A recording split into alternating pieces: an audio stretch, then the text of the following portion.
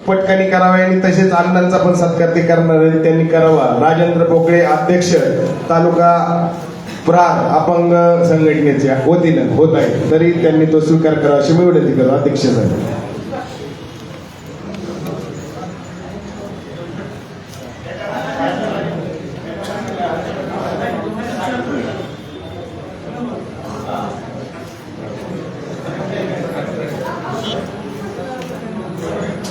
बच्चू भाऊ कडू तुम आगे बढ़ो.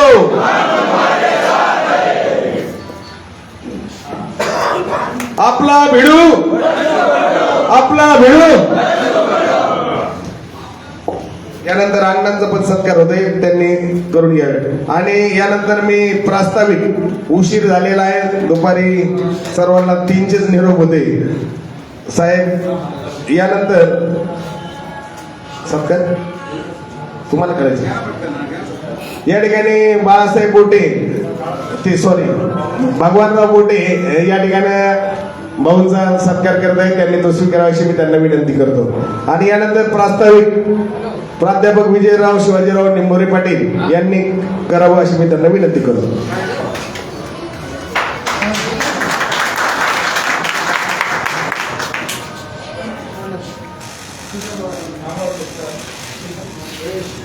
श्रीगोंदा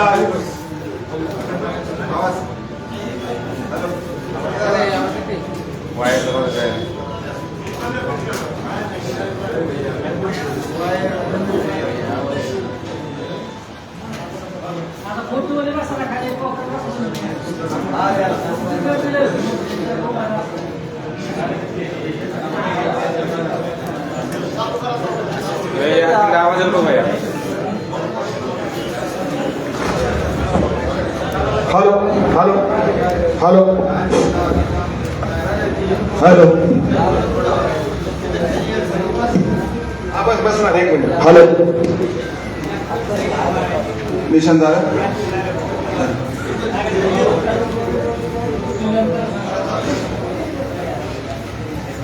श्रीगोंदा शहराचं ग्रामदैवत हिंदू मुस्लिम ऐक्याचे प्रतीक श्री संत शेख मोहम्मद महाराज आजच्या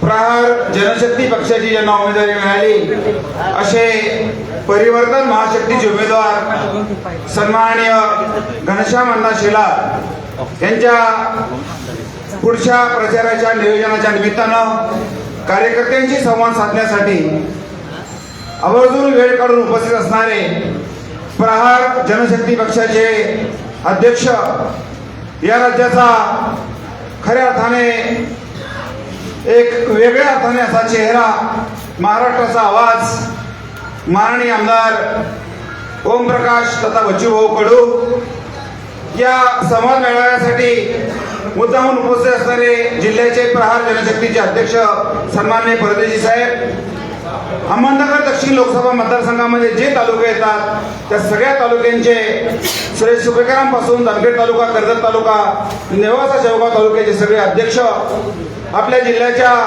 महिला अध्यक्ष ताई या ठिकाणी आहेत. खूप 2-2:30 वाजल्यापासून कार्यकर्ते या ठिकाणी उपस्थित आहेत. त्यामुळे मी माफी मागतो सगळ्यांची. मान्यवरांचा एकत्रितपणे नामोल्लेख न करता मी माझ्या अल्पशा प्रास्ताविकाला या ठिकाणी सुरुवात करतो. भाऊ, थोडासा इतिहास सांगून आम्ही या 226 श्रीगोंदा विधानसभा मतदारसंघाच्या निवडणुकीची तयारी केलेली आहे. ही तयारी आपल्यासमोर मी या प्रास्ताविकेच्या माध्यमातून मांडणार आहोत आणि त्यानंतर मग प्रमुख मनोगत आणि तुमचं मार्गदर्शन आम्ही या ठिकाणी ऐकणार आहोत. 226 श्रीगोंदा विधानसभा मतदारसंघामध्ये 2019 साल आपल्याला सगळ्यांना आठवतं, एका विशिष्ट राजकीय पक्षाची लाट त्या महाराष्ट्रामध्ये आणि संपूर्ण भारतामध्ये असताना ज्या आघाडीचा घटक पक्ष असणारा पवार साहेबांचा राष्ट्रवादी काँग्रेस पक्ष तिकीट घेऊन राष्ट्रवादी काँग्रेसचे जिल्हा अध्यक्ष या जिल्ह्यामध्ये फिरत होते.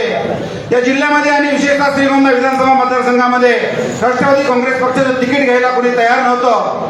आणि मग आता जागा मोकळी सुटते की काय, अशा प्रकारची परिस्थिती या मतदारसंघामध्ये तयार झाली. आणि मग कार्यकर्त्यांच्या आग्रहाखातर, पक्षश्रेष्ठींच्या आग्रहाखातर त्या ठिकाणी ऐन वेळेस उमेदवारी भरायच्या आदल्या दिवशी माननीय घनश्याम अण्णा शेलारांना राष्ट्रवादी काँग्रेस पक्षाची उमेदवारी घेण्यास भाग पडलं गेलं आणि अण्णांना उमेदवारी करावी लागली. अण्णांची उमेदवारी जाहीर झाली. उमेदवारी जाहीर झाल्यानंतर एक सामान्य कुटुंबातला माणूस कारखानदार नाही, प्रस्थापित नाही, शिक्षण संस्था नाही, पण या 226 श्रीमंत मतदारसंघाच्या पाण्याचे प्रश्न, सार्वजनिक आरोग्याचे प्रश्न, दिव्यांगांचे प्रश्न, स्वातंत्र्य सैनिकांचे प्रश्न आणि या शेतकऱ्यांच्या बाजारभावाचे, शेतमालाच्या बाजारभावाचे प्रश्न, या सगळ्या प्रश्नांची माहिती असणारा एक सामान्य माणूस एक उमेदवार म्हणून 2019 दिला गेला. आणि कोणाच्या ध्यानीवेने नसताना साहेब या ठिकाणी अण्णांना 99,000 मतं पडली आणि फक्त 2,480 मतांनी अण्णांना पराभवाला सामोरं जावं लागलं. तो पराभव झाला, कार्यकर्त्यांच्या जिव्हारी लागला. साहेब आम्ही नगर तालुक्यामधला आमचा हा मतदारसंघ सुरू होतो. 101 नंबर आगडगाव मध्ये आहे. आगडगाव पासून हा मतदारसंघ उत्तर दक्षिण अशी आमची रचना आहे. नगरच्या जवळ असणारा चिंचोडी पाटील गट, जिथं आगडगाव पासून ते आम्ही वडगाव पर्यंत येतो.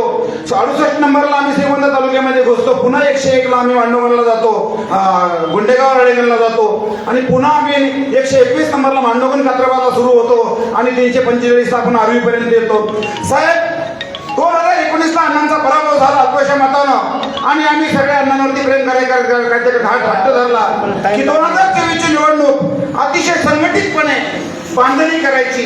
बांधणी करताना एक अशा प्रकारचं ऑर्गनायझेशन स्ट्रक्चर तिवारी साहेब, परदेशी साहेब, आम्ही एक संघटनात्मक रचना निर्माण करण्याचा निर्णय घेतला. आणि साहेब आमचे 345 बूथ आहेत. मग 345 बूथची बांधणी करत असताना त्या आम्हाला इथं घोडकुकडीचा पट्टा आहे, या तालुक्यामध्ये कुकडीचा कॅनल गेलेला आहे आणि पलीकडे डोंगराच्या पलीकडे मात्र पाणी नसणारा प्रदेश आहे. अशा दोन भिन्न परिस्थितीमध्ये हा मतदारसंघ विभागलेला आहे साहेब. आणि या मतदारसंघामध्ये आम्ही 2019 जेव्हा तयारीला लागलो तेव्हा असा एक निर्णय झाला की आपण अण्णा सामान्य आहे, अण्णांचे साखर कारखाने नाही आहेत, अण्णांचा कुठं खाजगी कारखाना नाही, अण्णांच्या फार मोठ्या शिक्षण संस्था नाही, तरी सुद्धा समाजाच्या प्रश्नांचे प्रामाणिक असणारा, समाजाच्या बांधील असणारा एखादा माणूस आज राजकारणामध्ये या तालुक्यामध्ये जिवंत असणं ही काळाची गरज आहे. ही ओळखून अण्णांवरती प्रेम करणारे आणि सगळ्या कार्यकर्त्यांनी निर्णय घेतला आणि आग्रह धरला की अण्णा आपण संघटनात्मक रचनेची बांधणी करूया. साहेब आमच्याकडे 345 बूथ आहेत, त्याचे आम्ही 9-10 बूथ प्रमाणे 30 ते 32 पाठ केले. ते पाठ करत असताना त्या गटामधल्या त्या पाठमधले 2 ते 4 असे प्रमुख जाणकार कार्यकर्त्यांना सांगितलं की तुम्ही आता फक्त 10 बूथचं नेतृत्व करायचंय. त्या 10 बूथला 2 बूथ प्रमुख नेमले आणि त्यांना सांगितलं की तुम्ही 6-6, 8-8 जण बरोबर घ्यायचं.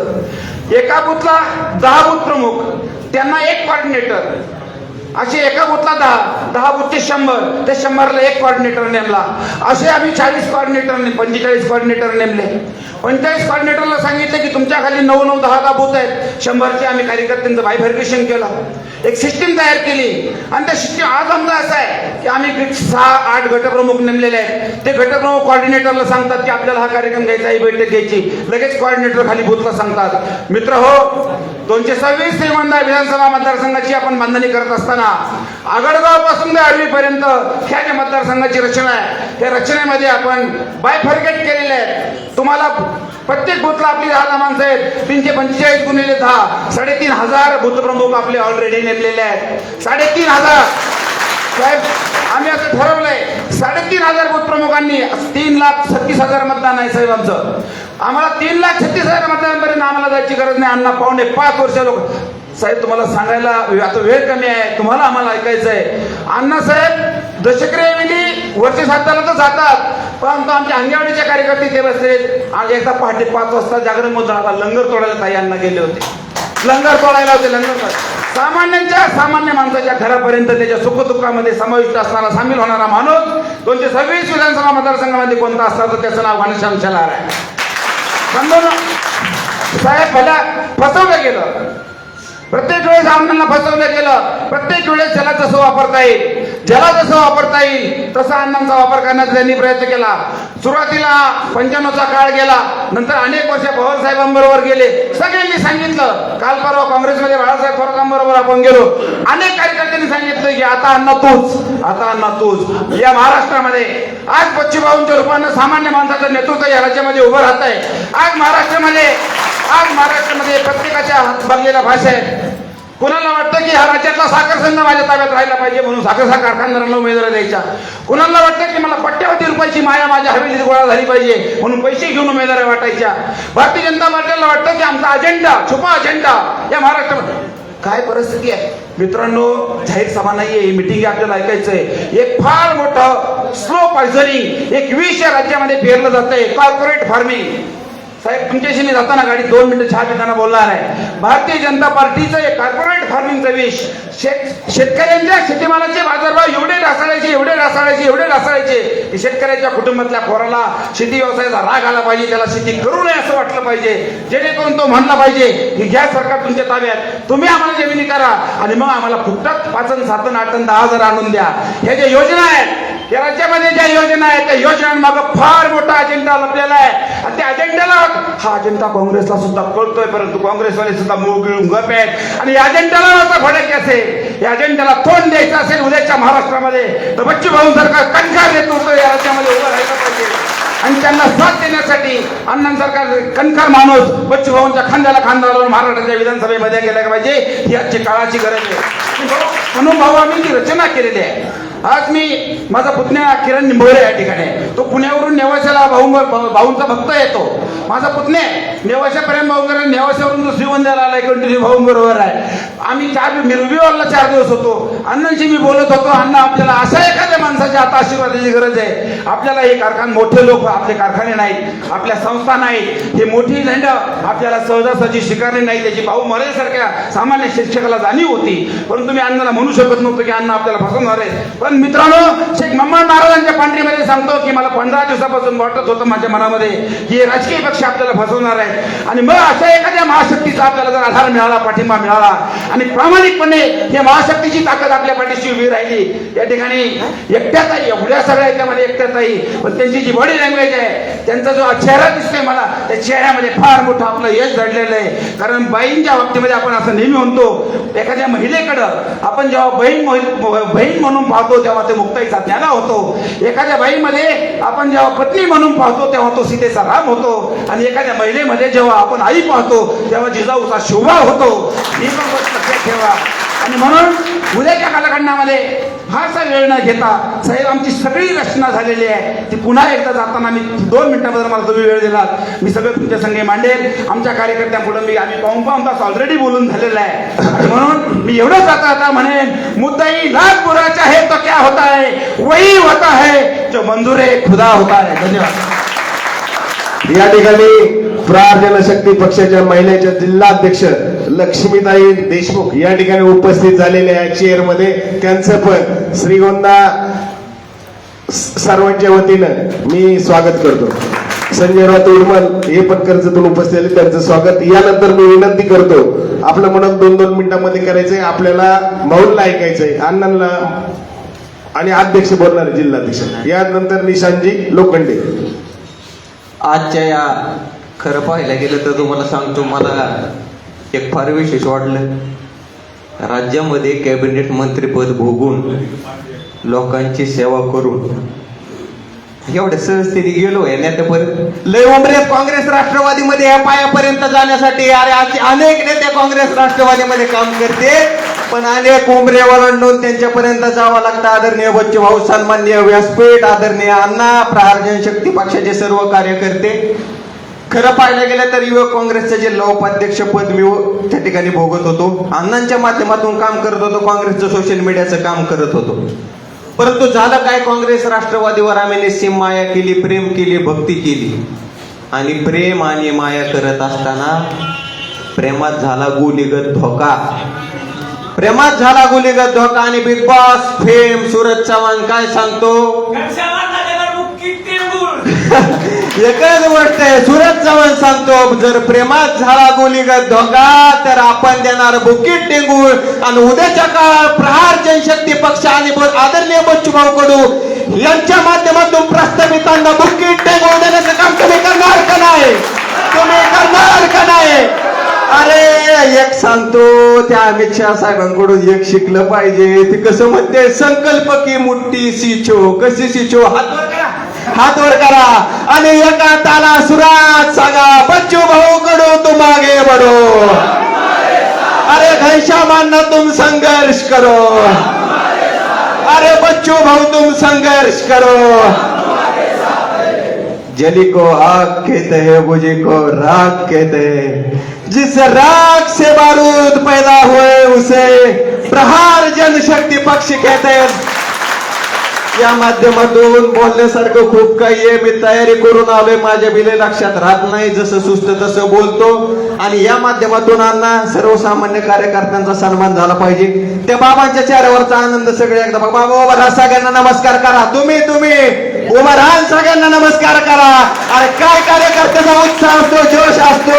कार्यकर्ता म्हणून ती शक्ती कशी संचारायची असते तर त्या बाबांकडून मी शिकलोय. माझ्या प्रत्येक सभेला माझा कार्यकर्ता म्हणून सन्मान करायला, माझे कार्यकर्ता म्हणून जडणघडण व्हायला, लोकांसाठी भूमिका घेताना, लोकांमध्ये जाताना, अधिकाऱ्यांवर धारेवर धरताना जर कोणती शक्ती, अदृश्य शक्ती बच्चू भाऊंच्या रूपाने महाराष्ट्रामध्ये काम करत असेल तर ह्या कार्यकर्त्यांनी सुद्धा भेटण्याची आवश्यकता नाही. जी माणसं मागे काँग्रेस राष्ट्रवादीमध्ये उभी राहिली नाही, बच्चू भाऊ मी अतिशयोक्ती म्हणून सांगत नाही.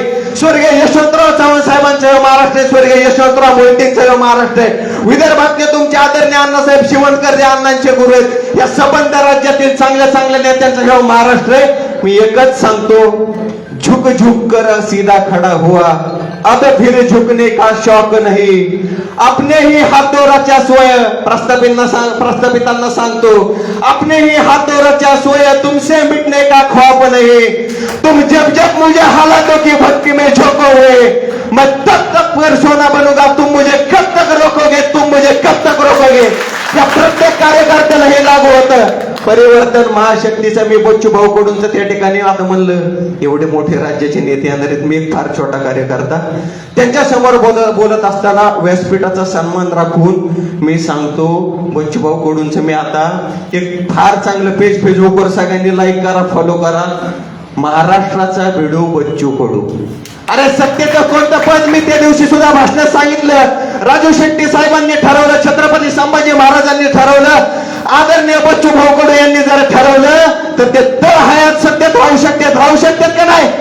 त्यांच्यासाठी फार मोठी गोष्ट आहे का. सत्तेच्या नाड्या कळलेल्या असताना सुद्धा पुन्हा लोकांमध्ये जाऊन संघर्ष करण्याची भूमिका बच्चू भाऊ घेतात. याच्यातच तुम्ही आम्ही समजावून घेण्याचं की परिवर्तन अटळ असतं. परिवर्तन हे तुमच्या आमच्या सर्वांच्या लोकांच्या संघटित शक्तीवर घडत असतं.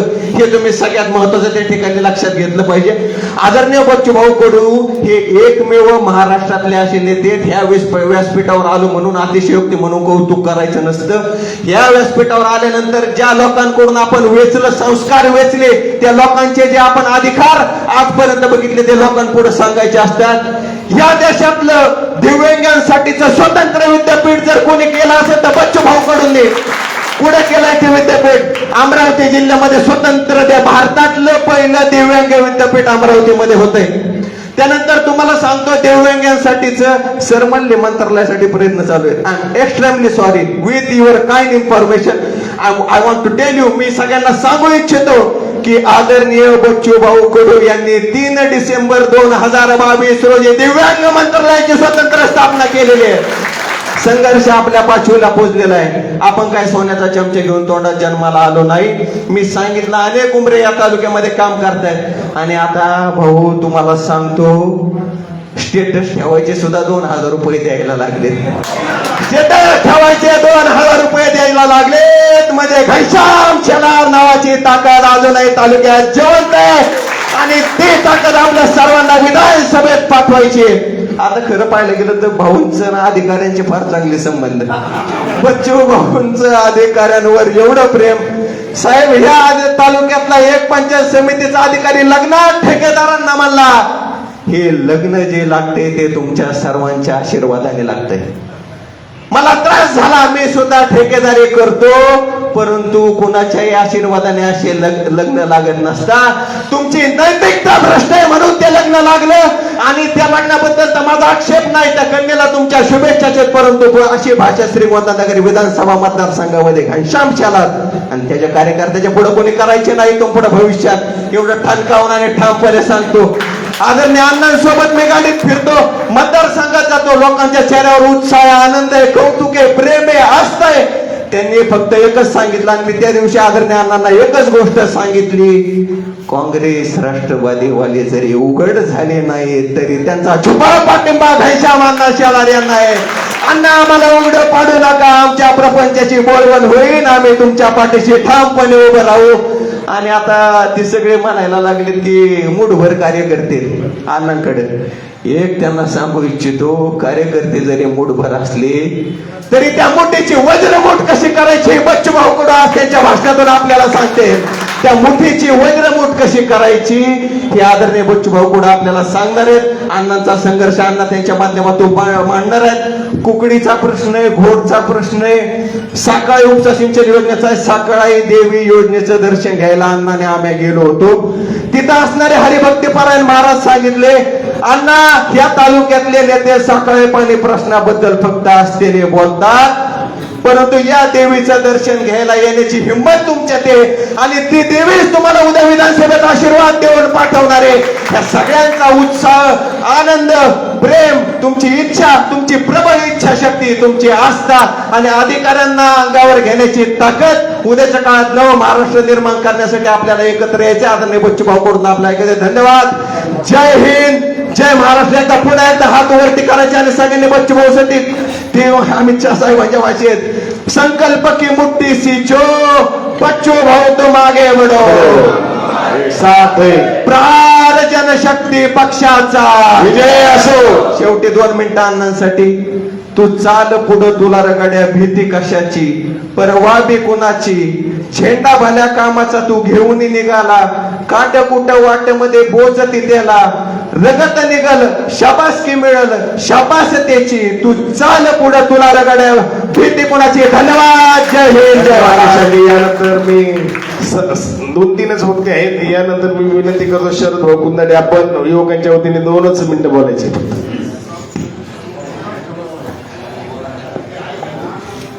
226 श्रीगोंदा विधानसभा मतदारसंघाच्या निवडणुकीच्या अनुषंगानं आज आपण महाराष्ट्राचं लाडकं नेतृत्व आणि एक आक्रमक संघर्ष योद्धा आदरणीय बच्चूभाऊ कडू यांच्या प्रमुख उपस्थितीमध्ये या ठिकाणी संवाद बैठकीचं आयोजन केलेलं आहे. बच्चूभाऊ श्रीगोंदा तालुक्यामध्ये जेवढं महाराष्ट्रामध्ये राजकारण नाही झालं तेवढं श्रीगोंदा तालुक्यामध्ये राजकारण झालं. 2019च्या विधानसभा निवडणुकीमध्ये आमचे घनश्यामांना अवघ्या 2300 मतांनी पराभूत झाले आणि त्यातही निराश न होता आदरणीय अण्णांनी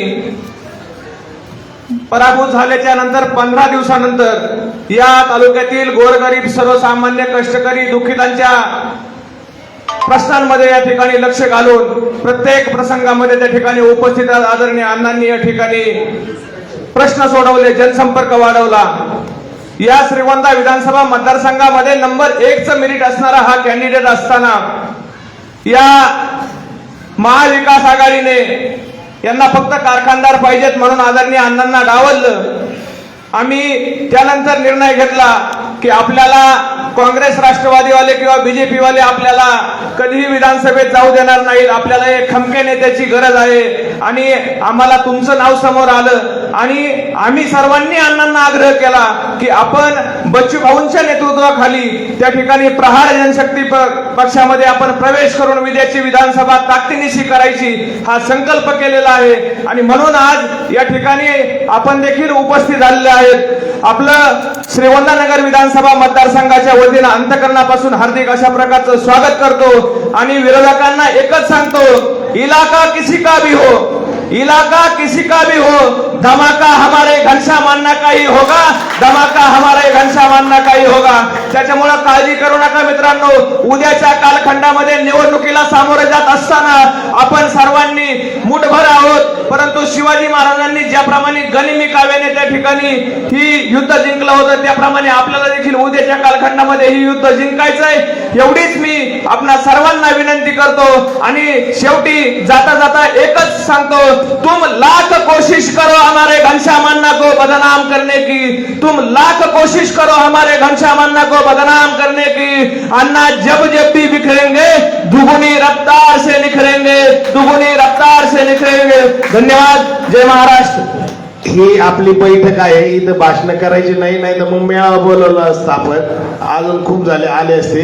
परंतु आता बैठक आहे तर श्रीपाद दादा 1 मिनिट बोलायचं, त्यानंतर रामभाऊ रायकर आणि नंतर जिल्ह्याचे प्रहारचे अध्यक्ष. हा 3 वाजल्यापासून आलेत. एक एकच मिनिट बोलायचे. या ठिकाणी प्रहार जनशक्ती पक्षाचे प्रमुख बच्चूभाऊ कडू, त्यांच्याबरोबर समोर त्यांच्या सभेत आलेले सर्व कार्यकर्ते, घनश्याम अण्णा, सर्व कार्यकर्ते. या ठिकाणी एक योगायोग आहे की आपल्याकडे जनशक्ती पक्षाचे प्रमुख या ठिकाणी आलेले आहेत आणि आपली लढाई ही धनशक्ती विरुद्ध जनशक्तीची आहे आणि म्हणून आपल्याकडे जनशक्ती ही आलेली आहे. साहेब, आमच्याकडे धनशक्तीचा इतका वापर झालाय की महाराष्ट्रात गाजलाय. या ठिकाणी माजी आमदार आमच्या राहुल जगताप यांनी मुंबई डिक्लेअर केलं की आमचं महाविकास आघाडीचं तिकीट 15 खोक्याला विकण्यात आलेलं आहे. हा आरोप मीडियासमोर झालेला आहे. म्हणून आमची लढाई ही जनशक्ती विरुद्ध धनशक्तीची आहे. या ठिकाणी साहेब आपल्याला सांगू इच्छितो, 2019ला सगळे भाजप शिवसेनेच्या विरोधात तिकीट घ्यायला घाबरत होते. वरून फोन येत होते की तुम्ही तिकीट घ्या, तुम्ही तिकीट घ्या. जिल्हाध्यक्ष त्यांच्या दारात होते. परंतु या ठिकाणी सर्वांनी सांगितलं आमचा कारखाना अडचणीत आहे, ईडी लागलेली आहे, आमची चौकशी होईल म्हणून तिकीट घेतलं नाही. एकट्या घनश्यामांनी धाडस केलं आणि या ठिकाणी 4000 मतांनी फक्त पराभव झाला. या ठिकाणी यावेळेस अपेक्षा होती आमचा उमेदवार सगळ्या उमेदवारांमध्ये 24 कॅरेट सोनं आहे भाऊ. परंतु या ठिकाणी काय झालंय की सगळ्या पक्षावाल्यांना वाटतंय कारखानदार पाहिजे, पारंपरिक लढत पाहिजे, मग आयात केलं तरी चालेल, परंतु तो उमेदवार या ठिकाणी आपल्याला कारखानदार आणि पैशावालाच पाहिजे. म्हणून 2019ला यांची लढत झालेली असताना सुद्धा या ठिकाणी अण्णांचं तिकीट या ठिकाणी नाकारलं गेलंय. परंतु या ठिकाणी एकच सांगतो की आता अण्णांनी बच्चूभाऊचा हात धरलेला आहे, वोट बच्चूभाऊचं धरलेला आहे, हातात बॅट घेतलेली आहे आणि म्हणून आता शेवटचा षटकार हा विजयाचा असेल. अण्णा आमदार असतील आणि या महाराष्ट्रामध्ये Bachchubhau man of the match झाल्याशिवाय राहणार नाही, एवढं तुम्हाला या ठिकाणी सांगतोय. बच्चूभाऊला अनेक विनंती करतोय, महाराष्ट्रामध्ये ठराविक घराणेच राज्य करतात, ठराविक घराण्याचेच माणसं या पक्षातून त्या पक्षात मंत्री होतात. म्हणून आपण ही लढाई हातात घेतलेली आहे. आता परिवर्तन हे अटळ आहे. चोर का चोर मावस भाऊ आणि आपण वाटण खाऊ अशी महायुती आणि महाविकास आघाडीची अवस्था झालेली आहे. त्याच्यामध्ये परिवर्तन घडवण्याची आपण सर्वांनी जबाबदारी घेतलेली आहे. निश्चित श्रीगोंदा तालुक्यामध्ये आपल्या पक्षाचा उमेदवार विजयी झाल्याशिवाय राहणार नाही याची ग्वाही सगळ्यांच्या वतीने देतो आणि थांबतो. धन्यवाद. यानंतर रामभाऊ रायकर 1 मिनिट बोलला, नंतर जिल्हा अध्यक्ष आणि नंतर डायरेक्ट अण्णा बोलणार 1 मिनिट. आजच्या सभेचे महाराष्ट्र राज्याचे वाघ आणि इथं ओम शिवाय म्हणजे ओम प्रकाश म्हणजे नामातच महादेव आहे त्यांच्या भाऊंच्या. मित्रांनो, तुम्हाला भाऊंचा 1-2च किस्से सांगतो. आपल्याला रोज आपण एका मिरीचं ऐकतो, भाषण करतो. मी थोडेसे टीव्हीला जरा संध्याकाळचं बसतो निवांत. बच्चू भाऊंचं मी सांगितलं, बच्चू भाऊंनी धाडीवाल्या दुसऱ्या धाडीवाल्याला आणि देवेंद्र फडणवीसला सांगितलं ह्या मॅडमला तिकीट देऊ नका. नाही ऐकलं बच्चू भाऊंचं. बच्चू भाऊनी घरीच पाठवलं मित्रांनो राणा खासदारांना. म्हणजे अशी बच्चू भाऊची ताकद आहे.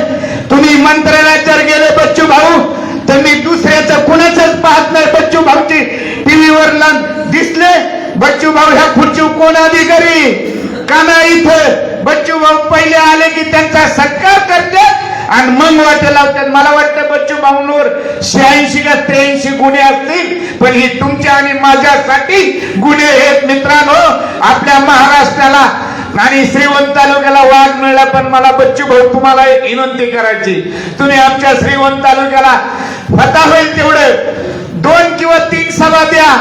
अण्णा तुम्हाला म्हणणार नाही, पण आम्ही भांडणारी कार्यकर्ते बाजी प्रमोद तुमच्यासाठी. तुम्ही फक्त सभा द्या आम्हाला. आम्ही तुम्हाला बच्चू भाऊ तुम्हाला तुम्ही हरवू नका. आमचा बी दुसरा वाघ आहे, छोटा पिल्लू तुमच्या बरोबर आम्ही पाठवणार आहे. फक्त तुम्ही आम्हाला श्रीगोंद्यात थोडंसे लक्ष द्यावा. आमच्यासाठी आम्ही तुम्हाला भक्कम आमदार करायचं काम आमच्याकडे लागलं. तुम्ही फक्त आमच्यावर थोडंसे ध्यान द्या एवढी तुम्हाला कळकळीची विनंती करतो. आणि बच्चू भाऊ इथं सारी लोक उभे राहिलेली लोक सारी पैशावाली कारखान्याचे चेअरमन आहेत 2, पण आमच्या ऊसाच्या पिढीत नाही दिलेलं भाऊ. खोटं बोलणार नाही. मोहम्मद महाराजांच्या साक्षीने सांगतो आमचं पिमीत दिलं नाही. पण आज दारू आणि बकरी का पित्यात 50-50 बकरी का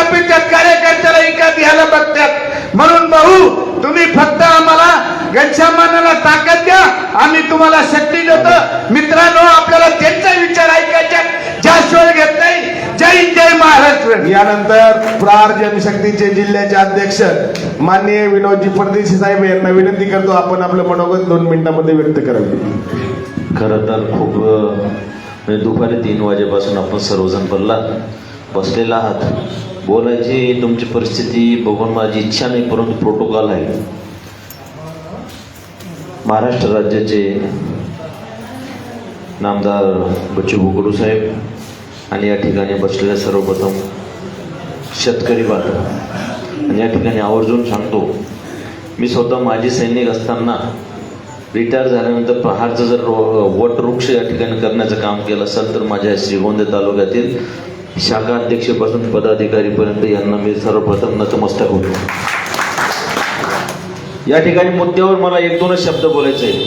बोलण्यासारखं खूप आहे. 21 मुद्दे या ठिकाणी श्रीगोंद्यामध्ये या राजकीय लोकांनी पिढ्यानपिढ्या निवडून आलेले शब्दावर शब्द, वचनावर वचन दिलेले आहेत आणि भ्रष्टाचारी यांची थांबलेले नाही. खरं तर श्रीगोंदे शेतकरी बांधवांना मी या ठिकाणी सांगू इच्छितो, आपण बघितलेलं आहे प्रहारच्या माध्यमातून या ठिकाणी आंदोलन खूप झालेत आणि बाबनराव पाटपुंजे यांना तर मी या ठिकाणी जाहीर सांगतोय, माझ्याकडे शेतकऱ्यांचे कमीत कमी 100-150-200 शेतकऱ्यांची यादी आलेले आहेत.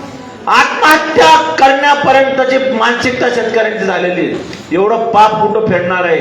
मी माझे सैनिक आहे, माझ्या शेतकरी बांधवांना मी या ठिकाणी सांगतोय, प्रहारच्या माध्यमातून आदरणीय वंदनीय बच्चू कडू साहेब यांच्या विचाराने प्रेरित होऊन या ठिकाणी अण्णांना आम्ही उमेदवारी दिलेली आहे. स्वतःहून का बच्चू भाऊचे विचार या श्रीगोंद्यामध्ये पाहिजे.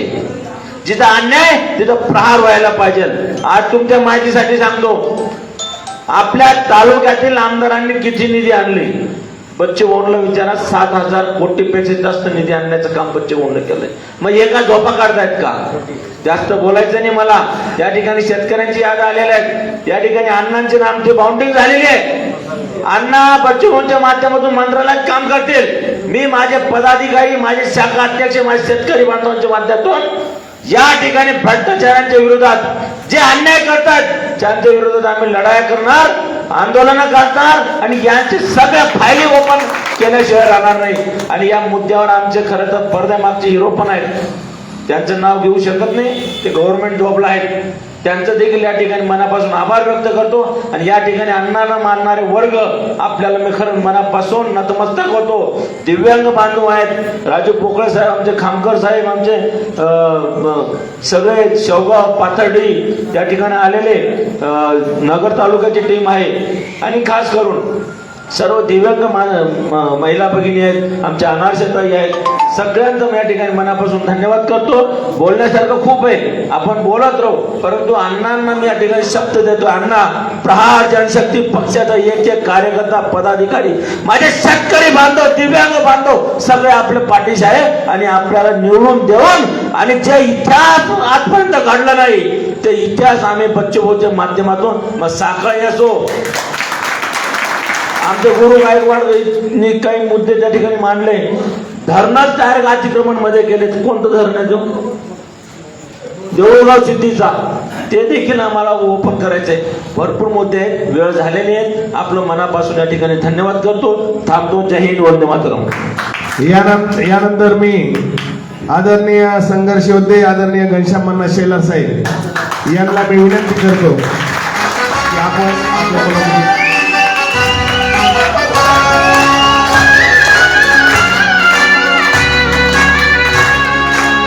सामान्यांसाठी त्यांनी केलं जीवन रान, आंदोलनाच्या साथीनं सुटलं पाण्याचं किनार. गरिबीची जनदान माणुसकीच आहे भान, अशा निडर लढवय्याचा आम्हा सर्वांना अभिमान. शिवबांचा तो शिलेदार, असा माणूस तो दिलदार. शिवबांचा तो शिलेदार, असा माणूस तो दिलदार. घनश्याम अण्णा शेलार, घनश्याम अण्णा, घनश्याम अण्णा शेलार.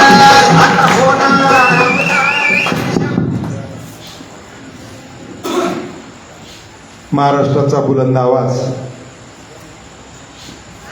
प्रहार जनशक्ती पक्षाचे संस्थापक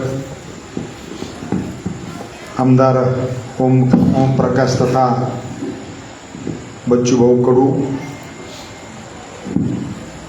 उपस्थित असणारे पक्षाचे अध्यक्ष विनोद परदेशी, पक्षाचे सर्व सन्माननीय पदाधिकारी, हे सगळ्यांची माफी मागतो कारण अध्यक्षांचं नाव आलं की अख्खा पक्ष आला. इथून पुढं माझं नाव नाही घेतलं आणि विनोद परदेशींचं नाव घेतलं तरी सगळा पक्ष त्याच्यामध्ये आला, कारण उशीर खूप झालेला आहे. खरं तर 3 वाजताची वेळ ठरलेली होती, 2 वाजताच तुम्हाला निरोप दिलेले आणि म्हणून या ठिकाणी आपल्याला जास्त वेळ थांबावं लागलं, कारण भाऊंना नेवाशाची तिथे मेळावाच त्या ठिकाणी आमदार साहेबांनी केला. प्रहार जनशक्ती पक्षाचे जसं मी इकडे उमेदवारी केलेली तशीच माझे दुसरे मित्र माजी आमदार बाळासाहेब मुरकुटे हे त्या ठिकाणी पक्षाचे उमेदवार त्या ठिकाणी नेवासा मतदारसंघातून आहेत. आणि भाऊ एक विशेष आहे की दोन्हीकडे शिवसेनेने कारखानदार उमेदवारी दिलेले आहेत महाविकास आघाडीकडून, आणि महायुतीचे उमेदवार जे आहेत इकडे आमच्याकडे बबनरावदादा पाचपुते यांच्या धर्मपत्नी त्या उमेदवार आहेत. 2 आणि महाविकास आघाडीच्या कारखान्याचे चेअरमन राजेंद्रदा नागोडे यांच्या धर्मपत्नी आणि जिल्हा परिषदेच्या माजी महिला आणि बालकल्याणच्या सभापती अनुराधा नागोडे या भगिनी या ठिकाणी आहेत. बाकी मग अपक्ष जे आहेत त्या अपक्ष उमेदवारांच्या बाबतीमध्ये 4 तारखेपर्यंत काय निर्णय होईल, 4 तारखेला त्याच्यावरती पुढच्या गोष्टी निश्चितपणाने बोलता येतील. खरं तर भाषणं अत्यंत प्रभावी झाले. निशांत आज फार पेटलेला होता, खूप चांगल्या प्रकारचं त्यानं जोरदार भाषण केलं. पण आता याच्यापेक्षा जोरदार भाषण पुढचे जे मेळावे होणार आहेत त्याच्यात करायचे. शरदनं देखील त्या ठिकाणी जोरदार मांडण्याचा प्रयत्न केला. रामभाऊ नेहमीच जोरदार मांडतात, श्रीपादनं त्या ठिकाणी मांडलं. काहींची अजून बोलवायची इच्छा होती. त्या ठिकाणी शाहूराज यांना बोलायचं होतं. शाहूराजे शिपलकर जे आमचे प्रमुख सहकारी आहेत, त्यांचे वडील भाऊसाहेब शिपलकर यांनी बबनराव पाचपुते गृहराज्यमंत्री असताना त्यांचा कारखान्यात पराभव केला होता आणि त्यांच्या प्रचाराला मी होतो.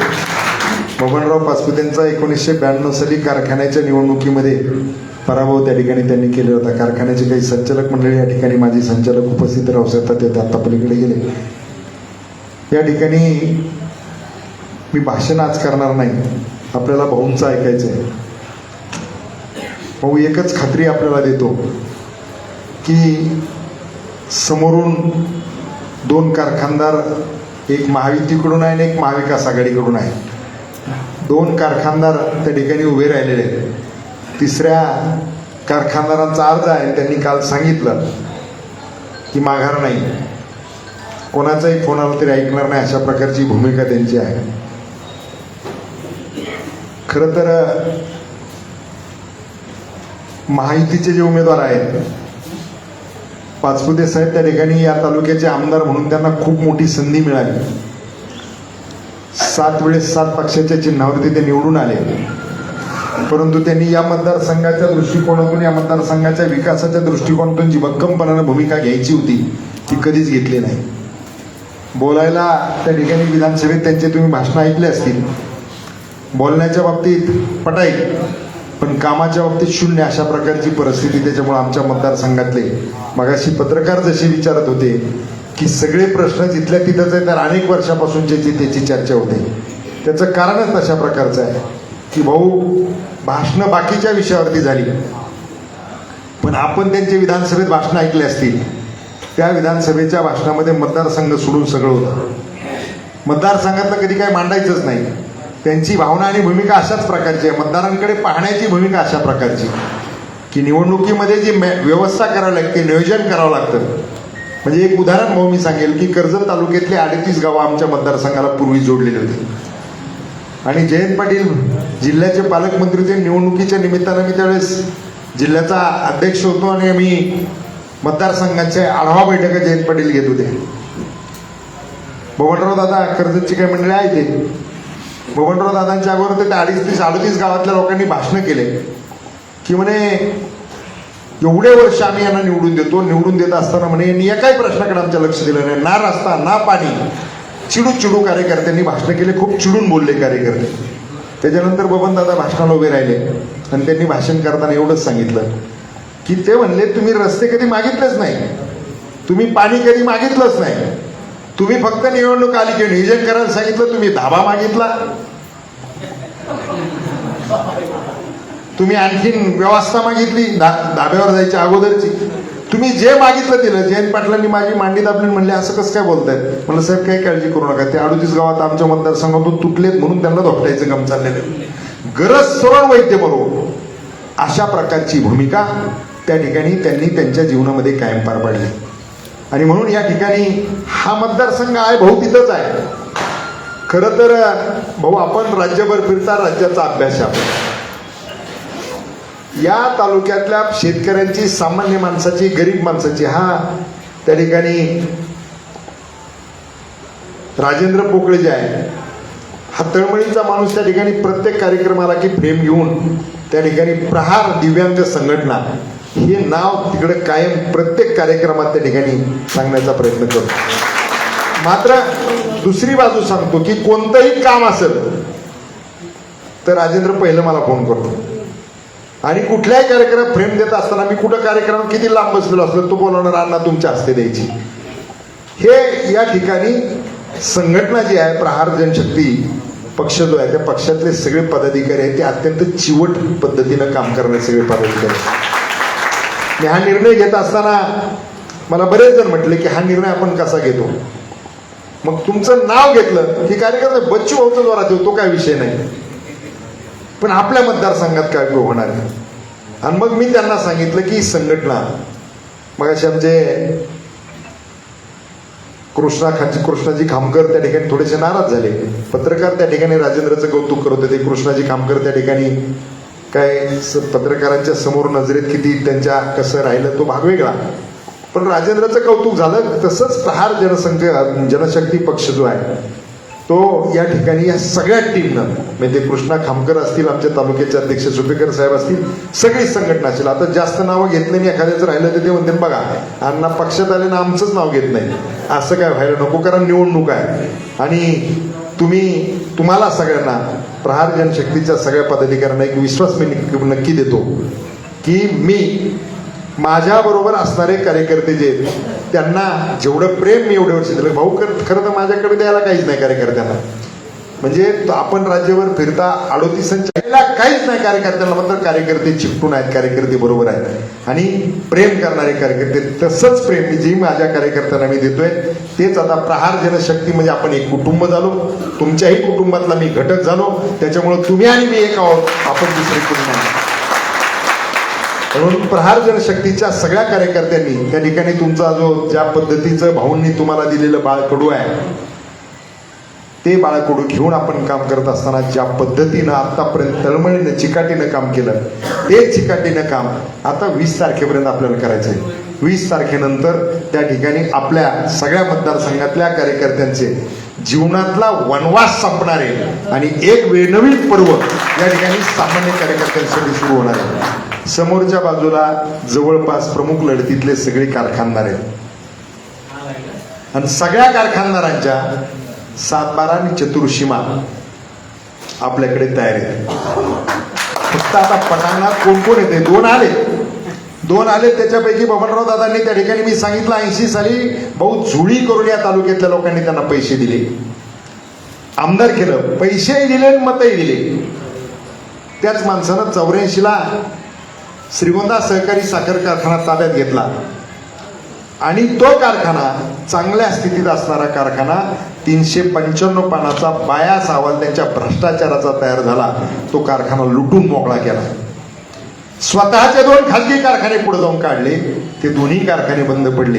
या माणसाचा हेतू समाजकारणाविषयीचा कधी शुद्ध नव्हता आणि म्हणून ऊसाच्या उत्पादक शेतकऱ्याला त्यांना कधी भाव देता आला नाही. खरं तर एकदम जुनं उदाहरण जर एक सांगायचं झालं तर शेतकरी संघटनेच्या बॅनर खाली त्यांनी एक मोर्चा भाऊ काढला होता. मला वाटतं 1980 साली आमदार झाले आणि 81ला मोर्चा काढला, त्या 84ला मोर्चा काढला. त्या मोर्चामध्ये गोळीबार झाला आणि मोर्चा होता 300 रुपये उसाला भाव मिळाला. त्यावेळेस सुसाला भाव अशाच पद्धतीने होते. त्या मोर्चामध्ये एक शेतकरी शहीद झाला, त्याचं स्मारक उभं करतो म्हणून सांगितलं नाना दगडू चौधरीचं. हे कारखान्याचे 84ला चेअरमन झाले. वादविवादातून 92 पर्यंत कारखान्याची निवडणूक पुढे गेली. मात्र या माणसाला त्या नाना दगडू चौधरीचं साधं स्मारक त्या कारखान्यात उभा करता आलं नाही. म्हणजे बाकीच जाऊ द्या, जो शहीद झाला आणि शहीद झाला म्हणून यांच्या ताब्यात कारखानाला, त्याचं स्मारक देखील उभं केलं नाही. एवढी उंची या नेतृत्वाची, आणि दुर्दैवानं ते नेतृत्व अजून आमच्यावरती राज्य करते. विकासाचा प्रश्न नाही. आणि म्हणून भाऊ मी मागच्या निवडणुकीत एकच, आपण सगळ्या कार्यकर्त्यांनी एक गोष्ट अत्यंत बारकाईने ऐका. उद्यापासून आपण सगळे प्रमुख कार्यकर्ते, उद्यापासून ज्या गोष्टीचा प्रचार आता चाललेला तो प्रचार पहिल्यांदा खोडून एका ग्राउंडवरती काढा. आता काय चर्चा चालू आहे, बबनरावच्या लोकांनी काय भाजपला एक तर पेरायला बसतात असते, एक खोटी गोष्ट 10 वेळेस सांगितली ती खरी वाटायला लागते. त्यांनी आता अशी पेरायला सुरुवात केली. हे जर 4-5 जण उभे राहिले तर अक्कांच्या विजयाला अडचणच नाही. बरोबर आहे ना? त्याचं उत्तर तुम्हाला देतो.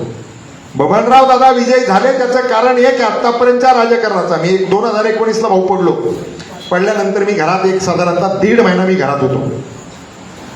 विचार एकच करायचो की श्रीमंत लोकांनी फसवलं, जे त्या ठिकाणी ज्यांचं राजकारण संपलेलं होतं 84 साली, त्या परिवाराचं राजकारण जिवंत राहावं म्हणून घनश्याम शेलार सारख्या त्या काळातल्या तरुण कार्यकर्त्यानं जीवाचं रान करून 92 साली कारखाना त्यांच्या पूर्वजांच्या ताब्यात आणून दिला.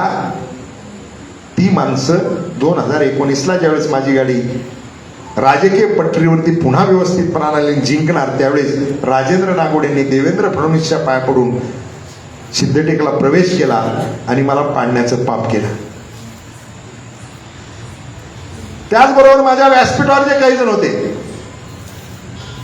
काहीतरी लोकपोरांनी नाव कोणाचं तर ठेवलं, एक जणाचं सेटलमेंट बादशाह वगैरे असं काहीतरी पोरं म्हणते सोशल मीडियावरती, मला माहित नाही. ही माणसं बरोबर होते, पण बरोबर राहून विरोधकांना मदत करण्याचं काम केलं. 2019ला पराभव झाल्यानंतर हे सगळं जरी असलं तरी मी एक विचार करायचो की समोरून करोडो रुपये वाटले, माझा पराभव फक्त 2300 मतं इकडची तिकडे झाले असते तर मी विजयी झालो असतो. मी विचार असा करायचो की मत द्या म्हणून कोणाला चहाचा कप पाजला नाही, कारण मला शेवटच्या दिवशी पक्षानं सांगितलं, पक्ष पण फार उदार झाला माझ्यावर, एवढा उदार आमचा पक्ष की विद्यमान आमदारानं सांगितलं की मी निवडणूक करणार नाही. त्यांनी सांगितल्यानंतर, आता ते का सांगितलं ते 4 तारखेनंतर सांगा, ते जर असतीलच परत स्पर्धेत पुढं तर, नसतील तर कशाला बोलायचं. त्यांनी नाही म्हणून सांगितलं. त्याच्यानंतर उदार असणारा आमचा राष्ट्रवादी काँग्रेस पक्ष, की ज्या पक्षासाठी 25 वर्षाच्या आयुष्यात 22 वर्ष तो पक्ष बांधण्याचं काम केलं. भाऊ त्या पक्षाच्या बाबतीत एकच उदाहरण सांगतो. एरंडोलची पोटनिवडणूक होती, तिथे अरुणभाई गुजराती मला प्रचारासाठी घेऊन गेले, मी प्रचार केला. मध्येच पिंपरी चिंचवडचं यश माझ्यामुळे मिळालं म्हणून पवार साहेबांनी अजितदादांनी बोलून घेतलं की विजय नगरसेवकांचा सत्कार या. आणि ज्यावेळेस जेवायला बसलो त्यावेळेस तुमचे मित्र पवार साहेब असे बसले, समोरच्या शेजारच्या खुर्चीवर तुमचे मित्र विलासराव लांडे बसले, शेजारी रूम होती तुमची दोघांची. विलासराव लांडेला पवार साहेब सांगितलं पलीकडच्या खुर्चीवर बस, मला तिथे शेजारी बोलवलं. म्हणले की घनश्याम एरंडोल काय म्हणताय, तर मला साहेब सीट निवडून येईल. ते म्हणाले तुमच्या सभा आतापर्यंत किती झाले, म्हणलं 6 सभा करून आलो. ते मला म्हणले एकत्रित काँग्रेसमध्ये आपण 4 वेळेस पडलोय तिथं, आता कशी निवडून येईल. मी म्हणलं 100% निवडून येईन. मग नियोजनातल्या काही गोष्टी होत्या त्या सगळ्या सांगितल्या, त्या झाल्या. ती सीट ज्यावेळेस निकाल लागायचा होता त्याच्या आदल्या दिवशी परत पवार साहेबांचा मला फोन आला, काय वाटतंय सीटच्या बाबतीत. म्हणलं साहेब 45,000 ते 50,000 मतांना सीट निवडून येईल, त्याच्यापेक्षा कमी नाही. मला म्हणले अरुण गुजराती 25,000 मत आहेत, आणि निकाल लागला त्यावेळेस 52,000 मतांना सीट निवडून आली. त्या पार्टीत काम करत असताना कायम विजय मिळाला की माझं कौतुक, पण द्यायची वेळ आली की मला नाही. द्यायची वेळ आली की कारखानदार, द्यायची वेळ आली की जो चुकीच्या पद्धतीने त्या ठिकाणी समाजाची लूट करतोय अशा माणसाला संधी द्यायची वेळ आल्यानंतर घनश्याम शेलारला कधीच संधी नाही. 2019ला तिकीट दिलं कधी, उदार झाले कधी, ज्यावेळेस कारखानदार सगळेच पळून गेले, कोणच उभं राहिला भाऊ त्यावेळेस, कारण भाजपची सगळ्यांना भीती वाटत होती. आमदार सगळ्यांच्याच खाली होता, सगळ्यांना असं वाटायचं की लागली चौकशी तो पुढे भानगड करताय. हे सगळे पळून गेले, मला उमेदवारी दिली आणि 1 कपभर चहा मतासाठी न पाचता 99,000 लोकांनी मतं दिले. चिंतन केलं मी, आणि पुढचं सगळ्यात सांगतोय ते महत्वाचं आहे. मी एक विचार केला की बबन दादा का निवडून आले, तर त्यांनी त्यांच्या एवढ्या वर्षाच्या राजकीय प्रवासात 40 वर्षात कधीही विधायक कामाला महत्व दिलं नाही, कधीही समाजाच्या कामाला महत्व दिलं नाही. मात्र एकाच गोष्टीला महत्व दिलं, आमदार असला तरी रोज लोकांच्या दारात, मंत्री असला तरी तिकडं अधिवेशन संपलं की लोकांच्या दारात एकच काम, सुखाचा प्रसंग जपला, दुःखाचा प्रसंग जपला. माणसं गेल्यानंतर त्यांच्या घरी जाण्यापर्यंत ठीक आहे, पण रामभाऊ एखाद्याचं हांगेवडीत वासरू मेलं आणि एखाद्या कार्यकर्त्याने सांगितलं त्याच्या गाईचं वासरू परवा दिवशी मेलं, चल म्हणा त्याच्याकडे जाऊन, वासरू मेलं तरी चर्चा. मात्र आमदाराचं काम हे का, तर हे नव्हतं, पण ते त्यांनी केलं आणि म्हणून ते आतापर्यंत 7 वेळेस 7 चिन्हावर जे निवडून आले त्याचं गमक ते होतं. आणि मी ज्या दिवशी बाहेर पडायचा निर्णय घेतला त्या दिवशी ठरवलं की लोकांचं सुखदुःख जपायचं. आपल्याला तर जबाबदारी विधानसभेत जाऊन काम करायची दिलेली नाही, आपल्याला विरोधकांची जबाबदारी दिलेली आहे. आणि ते जर काम करायचं असेल तर त्या ठिकाणी आपल्याला विधानसभेतच जायचं असेल तर तो चंग बांधला. विधानसभेत जाण्यासाठी सुखदुःखाचे प्रसंग जपले पाहिजे. भाऊ मी एवढा फिरलोय, आमच्याकडे जागरण गोंधळाचा कार्यक्रम, तुमच्याकडे कशी पद्धती मला माहित नाही. दशक्रिया विधी असेल, पुण्यस्मरण असेल, लग्न असेल, साखरपुडा असेल, वाढदिवस असेल, कसलाच कार्यक्रम सोडला नाही. आणि आमच्याकडे जागरण गोंधळ म्हणजे रात्रभर चालतं, तुमच्याकडे त्याला काय म्हणतात माहित नाही, पण संध्याकाळी 10च्या दरम्यान जागरण गोंधळ सुरू होतं आणि त्याचा सांगता कार्यक्रमाचे सूर्योदयाच्या वेळेस त्याचा लंगर तोडला जातो. जागरण गोंधळाला मी जर एखाद्या दिवशी जागरण गोंधळाची मोठी संख्या असेल, भाऊ 6-7 जागरण गोंधळाला भेटी दिल्या आणि कंटाळल्यानंतर नितीन रुढीचा मगाशी उल्लेख झाला होता, तो प्रहारचंच काम करतो. एकदा त्याचंच जागरण गोंधळ होतं, 7 जागरण गोंधळ केले, मी आलो थकलेलो होतो खूप. नितीनला म्हणा आता काही येत नाही, त्याला नाही अण्णा मी जेवायचं थांबलो, यावाच लागेल. म्हणलं नितीन पहाटे लंगर तोडायला येतो. त्याला पहाटे येत असतात का तुम्ही? म्हणलं येतो, तू काळजी नको. म्हणलं किती वाजता तुटतो? ते म्हणला 5 वाजता. म्हणलं तू कधीच कुठंच जागरण गोंधळाला गेलेला दिसत नाही, 5:30 पावणे 6ला तुटतो. नाही म्हणला 5ला या. गेलो 5ला. लंगर तोडण्याचा कार्यक्रमाचा उल्लेख एक कोणीतरी केला. मी भाऊ या 5 वर्षात कमीत कमी 25 पहाटे लंगर तोडायला गेलो असं. पहाटे 5 वाजता 5 वाजता जायचं, त्यांच्या त्या कुटुंबाबरोबर सगळ्यांबरोबर बसायचं, चर्चा करायची. सांगण्याचा मुद्दा एवढाच आहे की बबनराव पाचपुते कोणतंही काम न करता एकच गोष्ट केली, त्याच्यातली एक गोष्ट दुसरी आपल्याला करता येणार नाही. पैसे वाटायचा विषय त्यांनी केला आणि लोकांचा संपर्क ठेवला. आज संपर्काच्या बाबतीमध्ये विरोधक सुद्धा मान्य करतात की संपर्काच्या बाबतीमध्ये आपण कुठेच कमी पडलेलो नाही. या मतदारसंघातल्या मतदारांची मानसिकता जी आहे, आमच्या सुखात आणि दुःखात आलं पाहिजे. मेजर मला वाटतं आपली बरोबरी कोणीच करू शकत नाही. सगळ्यांचे कार्यक्रम एकत्र केले तरी त्यांच्या 5 पट आपण पुढे आहोत, अशा प्रकारची स्थिती आहे. आणि भाऊ दुसरी गोष्ट, या मतदारसंघातली 161 गाव आहेत, त्या 161 गावामध्ये कमीत कमी ज्या गावामध्ये मी गेलो, बाळेवाडी नावाचं गाव आहे, तिथं 10 वेळेस गेलेलो मी. त्या गावात या 5 वर्षात 10 वेळेस. मांडवगडमध्ये मेजर किती वेळेस आलो असेल. या मतदारसंघातला संपर्क जे माध्यम होतं, ते संपर्क माध्यम आपण जपलेलं आहे. बबनराव पाचपुते पहिल्यांदा आमदार झाले, कोणतीही सत्ता त्यांच्याकडे नव्हती, कोणताही त्या ठिकाणी ग्रामपंचायत सुद्धा नव्हती. 85ला कारखाना होता, परंतु बाकीच्या सगळ्या अडचणी होत्या. पण जनसंपर्क या मतदारसंघाची मानसिकता आहे, ते आपण जपलंय.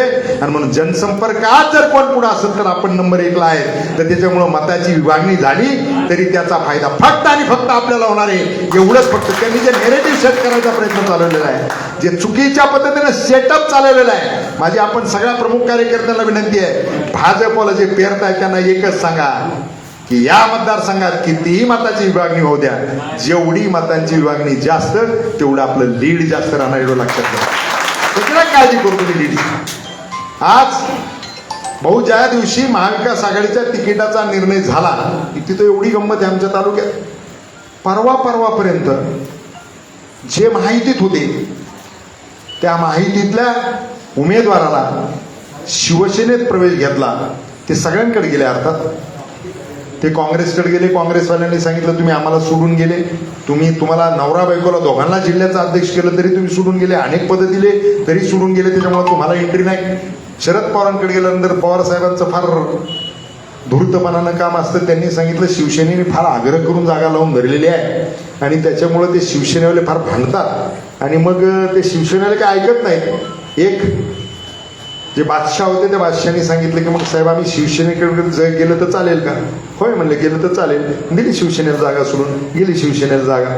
हे जे सांगते ह्यांना 4 दिवस अगोदरच कळालेलं होतं, पण आता वेगळं सांगताय. म्हणून या ठिकाणी ही सगळी कारखानदार मंडळी, खरं तर त्या ठिकाणी ही कारखानदार मंडळी समोर आली ही चांगली आहे. फक्त हे महिला यायच्या ऐवजी पुरुष यायला पाहिजे होते. म्हणजे भाऊ तुमची बॅट जी आहे ना, त्या बॅटचा उपयोग मला फार भारी करता आला. सध्या भगिनी आल्यामुळे थोडीशी मर्यादा बोलायला येते, पण ठीक आहे. तरी सुद्धा म्हणजे चिन्ह बॅटची चर्चा झाल्यापासून ते बरेच जण एवढंच म्हणतात, पत्रकार सुद्धा काय म्हणले आता चेंडूच सापडायचा नाही.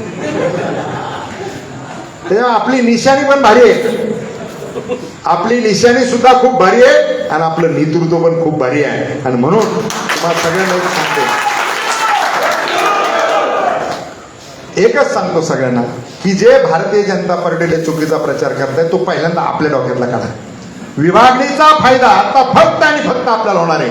विभागणीचा फायदा पाचपुतेना होऊच शकत नाही. अरे 5 वर्षात ते कुणीच दिसले नाही, कुठंच कुणीच दिसले नाही. निवडणुका आल्यानंतर एक उमेदवार परवा दिवशी शरदच्या कार्यक्रमातच म्हणला, अण्णासाहेब शेलार ते विनोद करायची सोय, पण विनोद करता करता खरं बोलून गेला. त्यांना बाकीचे म्हणले की तुम्ही आले वर्ष श्राद्धाला बरं झालं. ते म्हणे 20 तारखेपर्यंत मी पण आणि बाकीचे पण, 20 तारखेनंतर फक्त घनश्यामाला नाही चुकू दुःख.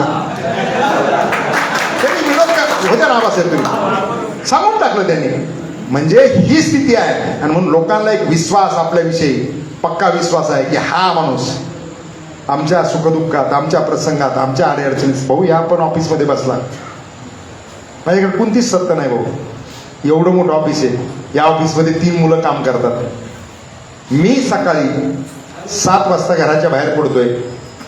माझा धाकटा बंधू बाळासाहेब असेल, माझ्या बंधू समान असणारे संजयराव आनंदकर सर असतील, या ठिकाणी पाटील सर असतील, अजिमबाई जकाते सारखा कार्यकर्ता असेल, हे सगळे कार्यकर्ते, ही सगळी टीम त्या ठिकाणी माझ्या गैरहजेरीत शासकीय कार्यालयात जातात आणि लोकांचे प्रश्न मार्गी लावण्याचा प्रयत्न करतात.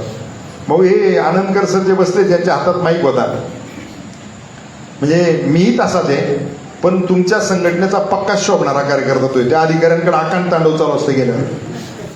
काम मार्गी लावण्यासाठी आकांड तांडव करण्याची प्रवृत्ती पद्धती ही आहे. आज या मतदारसंघातला मागच्या 5 वर्षात एकही पुढाऱ्याचं कारखानदारांच्या ऑफिसात भाऊ इथं, पण कधी खुर्चीत बसले नाही कोणी. कारखान्याचा चेअरमन किंवा त्याचा पदाधिकारी 5 वर्षात खुर्चीत बसलेला नाही.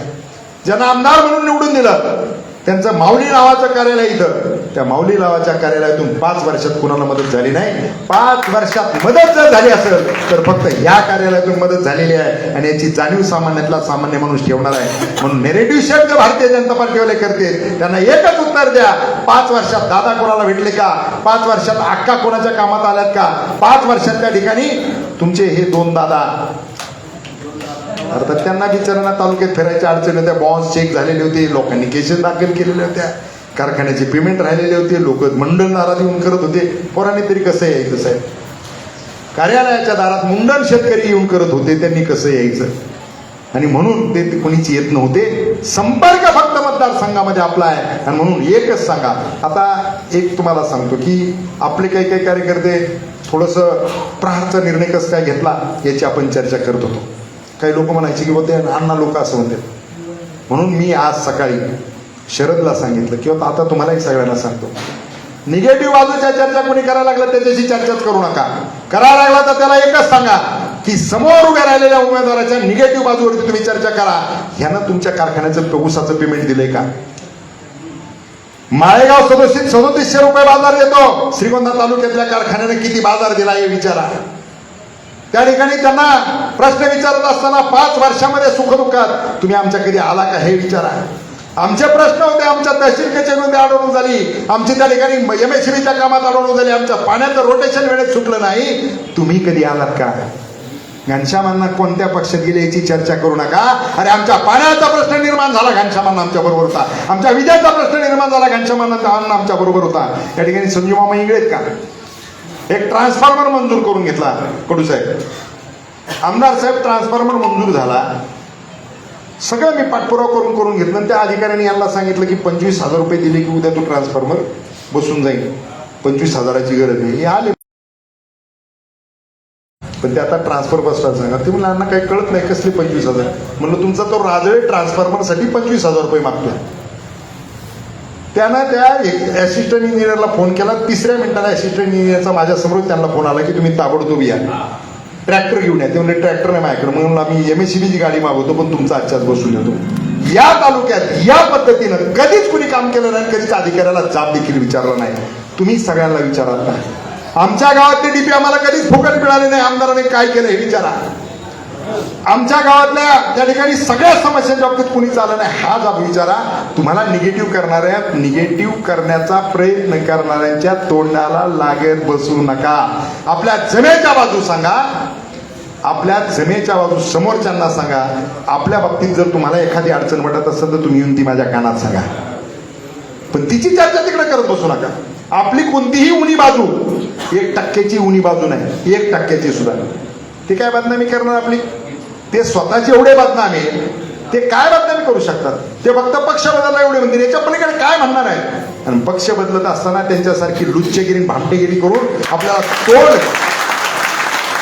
तोंड लपवायसाठी पक्ष नाही बदलला. आपण पक्ष बदलला या सामान्यातल्या सामान्य माणसाला न्याय देण्यासाठी. माझ्यासारखा कार्यकर्ता लढतोय आणि माझे पाय छाटण्यासाठी या जिल्ह्यातून षडयंत्र होतं आणि त्या षडयंत्राला हे सगळे नेते बळी पडतात. आणि म्हणून आपल्याला संघर्ष करायचा आहे. आणि संघर्ष करत असताना या राज्यामध्ये कधीच कोणाचं दुसऱ्याचं ऐकून ऍडजस्टमेंट न करणारा एकच नेता शिल्लक होता आणि त्या नेत्याचं नाव होतं बच्चूभाऊ कडू. म्हणून त्यांच्याबरोबर जायचा निर्णय घेतलाय. आपल्याविषयी कुणी काही म्हणायला लागलं आणि आपल्याला रोखण्याचा डाव टाकायला लागला ते यांच्या ताबडतोब लक्षात येतो. आणि ते निश्चितपणानं भविष्य काळामध्ये हे श्रीगोंदा तालुक्यातली हाल अपेक्षा संपवण्यासाठी, आपल्या अडीअडचणीचे दिवस संपवण्यासाठी बच्चू भाऊच हा एकमेव नेता आहे की आपल्या पाठीमागे भक्कमपणानं उभा राहू शकतात. त्याचं कारण एकच आहे की त्यांना लुटणाऱ्यांचा राग आहे. सामान्य माणसाचं रक्त शोषण करणारा, सामान्य माणसाला लुटणारा कोण असेल, त्याच्या कानफाडीत मारणारा नेता कोण असेल तर त्या नेत्याचं नाव बच्चू भाऊ. आणि म्हणून आपण प्रहार का निवडलं हे लक्षात घ्या. आपण सामान्य माणसासाठी काम करतो. सामान्य माणसाचं जर कुणी नुकसान करत असेल तर डोकं या राज्यात फिरणारा नेता कोण असेल, सामान्य माणसाला लुटणाऱ्याचा राग येणारा नेता कोण असेल, ते बच्चू भाऊ आहेत आणि ते प्रहारचे संस्थापक आहेत. म्हणून प्रहार आपण निवडलेला आहे. एकच सांगा सगळ्यांना, 24 तासात आपण कधी फोन केला तर मी उचलतो. आपल्याला सगळ्यांना अनुभव आहे. फक्त हे 24 तासात उचलतो म्हणून काही काही वेळेस कार्यकर्ते म्हणते उचलतात का नाही पाण्यासाठी रात्री 2 वाजता फोन केला. हा धंदा नका करू. एकाने दसऱ्याच्या शुभेच्छा मला पहाटे 2:45 वाजता दिल्या. अरे म्हणलं दिवस उगवणार होता ना. नाही तुम्ही उचलता दुसऱ्या फोनला, मग परत गर्दी, सकाळी परत गर्दी सुरू झाल्यावर. एकच सांगतो तुम्हाला, जसं या ठिकाणी या तालुक्यात तुम्हाला अनुभव आलाय, मी सोडून दुसरा कोणी पुढारी फोन उचलत नाही. पण या महाराष्ट्रातलं एक उदाहरण आहे की अडचणीतला माणूस आला, अडचणीत माणूस आला तर त्याला आठवण होते की या संकटात मला कोण मदत करेल, माझ्या पाठीमागे कोण उभा राहील. तर त्याच्या नजरेसमोर बच्चू भाऊ कडूंचं नाव येतं आणि त्याच्याकडे जर बच्चू भाऊचा फोन असेल तर तो अर्ध्या रात्री भाऊंला फोन करतो आणि भाऊ विचारत नाहीत माझ्या जिल्ह्यातला आहे का, माझ्या मतदारसंघातला आहे का, माझ्या तालुक्यातला आहे का, हे यांनी कधीच विचारलं नाही. महाराष्ट्राच्या कानाकोपऱ्यातल्या अडचणीतल्या माणसाचा फोन आला तर त्याला आधार देणारं नेतृत्व कोण असेल तर ते बच्चू भाऊ आहे. आणि त्याच्यामुळे आपल्या कार्यकर्त्यांनी कोणी चिंता करू नका, कुणी काय मनात आणू नका. जसा मी इथं फोन उचलतो तसं या राज्याचं नेतृत्व आणि या राज्यात कुठेही बच्चू भाऊ म्हटलं की अधिकारी म्हणजे खुर्चीत बसायच्या जीव उठून उभा राहतो आधी. बच्चू भाऊचा फोन आहे म्हणल्यानंतर. त्याच्यामुळे तुम्ही कुणी चिंता करायचं कारण नाही. आणि हे जे नेरेटिव्ह सेट करतायत तो सगळं सोडून द्या. माझी सगळ्या कार्यकर्त्यांना एक विनंती आहे, दिवस आता 21 राहिलेत आपल्याकडे. बटणं दाबायचा शेवटचा दिवस 21 आहे आपला. माझी आपल्या सगळ्यांना विनंती आहे, आता हे 21 दिवस तुम्ही माझ्यासाठी द्या. मी 40 वर्ष तुमच्या सगळ्यांसाठी दिलेले आहेत. काही लोक नातेवाईक म्हणून मिरवतात, ते सांगतात आम्ही घनश्यामांनाचे नातेवाईक आहेत. मला अभिमान आहे त्यांचा, मी त्यांचा नातेवाईक आहे, त्याचाही मला आनंद आहे. पण नातेवाईकांची सुद्धा परीक्षा ह्याच निवडणुकीत आहे. बस झाला, आता खूप झालं. तुम्ही कोणाचे कामं करा तरी मी तुम्हाला कायम सन्मानाची वागणूक दिली. पण आता ही निवडणूक अशी आहे की या निवडणुकीत जो नातेवाईक असेल तोच माझा नातेवाईक आहे. बस झालं, खूप झालं. पाटील सर मुरकुटे सर इथं 35 वर्ष बापू होते, एक वेगळा माणूस होता, वेगळी उंची होती राजकारणाची. ते कधी तहसील कचेरीत आणि पोलीस स्टेशनला पंचायत समितीत येत नव्हते. मी पत्रकारिता 8 वर्ष केली. त्या पत्रकारितेपासून बापू काही प्रसंग निर्माण झाला की मला फोन करायचे, अण्णा तेवढे 1-2 माणसं आले, तेवढं तहसीलमध्ये तुम्हाला जावं लागेल, त्याला सांगावं लागेल. ते तहसीलदार काय ऐकत नाही, तो फार फुगीर आहे. कारण ते आमदार असतील तेवढ्या वेळेसच बोलायचे, नंतर आमदारकी नसली की अधिकारी काय ऐकत नसायचे. मग बापू मला सांगायचे, मग आम्ही आमचं आसरं वापरायचं आणि कार्यकर्त्यांची कामवारी गेलवण्याची. दुर्भाग्य असं आज मुरकुटे सर 35 वर्ष बबनराव पाचपुते ज्याच्या वेळेस मंत्री सत्तेत त्यांच्याबरोबर असणारा जो नेता असायचा, शिवाजीराव नागोडेंचे कार्यकर्ते जेलमध्ये घालण्याचं जो काम करत होता, आज त्यांच्या सुनमय उभे राहिल्या. त्यांचे चिरंजीव सांगतायत नागोडेंच्या की 35 वर्ष आमची पोलीस स्टेशनला पार्टी त्यांनी सांभाळली. कुणी? जे बबनरावच्या मांडीवर बसून तुमचे लोक जेलमध्ये घालत होते त्यांचं नाव घेत आहे. याची सुद्धा आठवण गावागावात आपल्या कार्यकर्त्यांनी करून देण्याची आवश्यकता आहे. तुम्हाला माहिती आहे, सगळ्यांना आहे ना? नसेल तर जुन्या माणसांना माहित आहे त्यांना विचारा. नवीन तरुणांना मी सांगतो, बाबासाहेब भोस हे बबनराव पाचपुतेंच्या बरोबर असायचे, कायम बापूंच्या कार्यकर्ते अडचणीत आणण्याची भूमिका घ्यायचे. आणि आता मला दुःख या गोष्टीच होतं, ठीक आहे तुम्ही राजकारणात काय ऍडजस्टमेंट केलंय, काय सेटलमेंट केलंय ते तुम्हाला लख लावेल, पण किमान ज्यानं केलं तेवढं तर सांगा. अरे तुमच्या, आणि त्याचा फायदा आहे आपल्याला, तोटा नाही. सतीश नाना जे जेलमध्ये गेले ना, त्यांनी नागोडेला सांगितलं की ह्यांना घेऊन यायचं असलं आमच्याकडे येऊच नका. सुरू झालंय ते. नागोडेंचा फार निवडणुकीत चर्चेचा विषय असं नाहीये, ते फार खालच्या क्रमांकावर राहणारे, फार महाविकास आघाडीचं वातावरण आहे म्हणून ते महाविकास आघाडीत गेले. पण महाविकास आघाडी या मतदारसंघात 3 किंवा 4 नंबरला राहील. भाऊ काळजी करायचं काही कारण नाही. माझी कार्यकर्त्यांना एक विनंती की ही निवडणूक 21 दिवस तुम्ही द्या, जोपर्यंत शेवटचा श्वास आहे. आजपर्यंत ज्या पद्धतीने वागलोय त्याच्याही पेक्षा जास्तीचं काम तुमच्यासाठी पुढच्या उर्वरित आयुष्यात करण्याचा प्रयत्न मी निश्चित करणार आहे. मात्र कार्यकर्त्यांना एक विनंती, निगेटिव्ह होऊ नका, नाराज होऊ नका, नाववेद होऊ नका. नाही तर मग पैसे इतके आले, त्यांच्या मटणाच्या पार्ट्या चालल्या, बकरीच कापलेत, दारूचे खोके चाले, मध्ये झाले 1-2 मेळावे, दारूची गाडीच लावली बाजूला, म्हणले बाटली काढली, पाण्याची बाटली घेतली, कार्यकर्ते एक बादली भरून घेऊन जायच्या मटणाची. आणि ज्यावेळेस सभा ऐकणारे लोक बसलेले होते, जेवायला बसले त्यावेळेस फक्त काहीच शिल्लक नाही राहिलं. म्हणले बादल्या केल्या भरून मी. आता एवढा चंगळवाद या ठिकाणी निवडणुकीत होणार आहे. तो चंगळवाद जरी झाला तरी त्या चंगळवादाकडे दुर्लक्ष करत या मतदारसंघामध्ये प्रामाणिक मतदारांचा टक्का खूप मोठा आहे. मागच्या निवडणुकीत त्यांनी पैसे वाटताना कुणाला सोडलेलं नव्हतं, पण 99,000 मतं आपल्याला मिळाले. त्या अजूनमध्ये मी गेलो, 2 त्या नोटा काढून दाखवायचे लोक, पैसे आले पण मतं तुम्हाला. हा स्वाभिमानी मतदाराचा टक्का श्रीगोंदा विधानसभा मतदारसंघात अजिबात कमी नाही. फक्त तुम्ही खचून न जाता, तुम्ही योद्धे, तुम्ही अशा प्रकारचे मावळे. खरं तर तुमच्यात प्रत्येकात एका अशी ताकद आहे, मी पाहिलेली अशी ताकद आहे तुमच्यात. अरे तुम्ही काहीच माझ्याकडे द्यायला नसताना माझ्याबरोबर राहिले, तुमच्यात ताकद असल्याशिवाय थोडेच राहिले. आणि आता तुमच्यात ताकद अशी आहे, मागच्या निवडणुकीत तुम्ही सगळ्यांनी तो पराक्रम दाखवला, या मोठ्यांनी फसवलं म्हणून आपण पडलो. आणि आता वेळही नव्हता मागच्या वेळेस म्हणून आपला पराभव झाला. आता 5 वर्ष आपण लोकात येत, 5 वर्ष निवडणुकीची तयारी काय आपण काल सुरू केली का? बऱ्याच जणांच्या डफडं वाजल्या आघात आलं. आमच्याकडे म्हणे भाऊ ती जुनी, डफडं वाजल्या आघात येणं, वार येतं अंगात, तसं आता आलंय बऱ्याच जणांच्या अंगात. पण त्या डफडं वाजवायला आपण तर 5 वर्ष झालं मतदारसंघ पिंजून काढलाय, सगळ्या प्रकारची तयारी केली, सगळ्या घरापर्यंत आपण पोहोचलेलो आहे. आणि म्हणून चिंता करू नका, नाउमेद होऊ नका, नाराज होऊ नका. ठीक आहे, आपल्याला तिकीट नाही मिळालं 4-2 दिवस नाराज, तिकीटच नाही मिळालं. थोरात साहेबांनी शब्द दिला, कसं काय पाळला नाही, आणि थोरात साहेब असं कसं काय वागले, आणि त्यांनी कसं काय असं केलं. ठीक आहे, झालं संपलं, गेली जागा, दिली एका कारखानदाराला. फार काही लोक बोलले 15 खोकेने एकदम ओके. 15 खोके देऊन जर तिकीट घेतलेलं असत, आधीचे कधी लोकात येत नाहीत. आणि हुकून चुकून निवडून यायचा त्यांचा प्रश्नच नाही. पण हुकून चुकून त्यांना जर मत गेलं तर ते मत आपल्या कधीच कामाचं नाही. आणि म्हणून माझी आपल्या सगळ्यांना विनंती आहे, गाव आपल्याजवळ जबाबदारी पाटील सरांनी तुम्ही सगळ्यांनी मिटिंग घेतलेली आहे. बूथच्या जबाबदाऱ्या कशा आहेत, काय काम करायचंय, कोणाकोणावर काय काय जबाबदारी आहे, तुम्ही काय काय करायचंय ते काय विश्लेषण मी इथं आता करत बसणार नाही. काय भाऊंचे विचार आपल्याला ऐकायचे. माझी विनंती एक आहे, आपल्यावर दिलेली जबाबदारी पहिल्यांदा पार पाडणे आणि मग बाकीच्या शेजारच्या बूथमध्ये डोकवणे.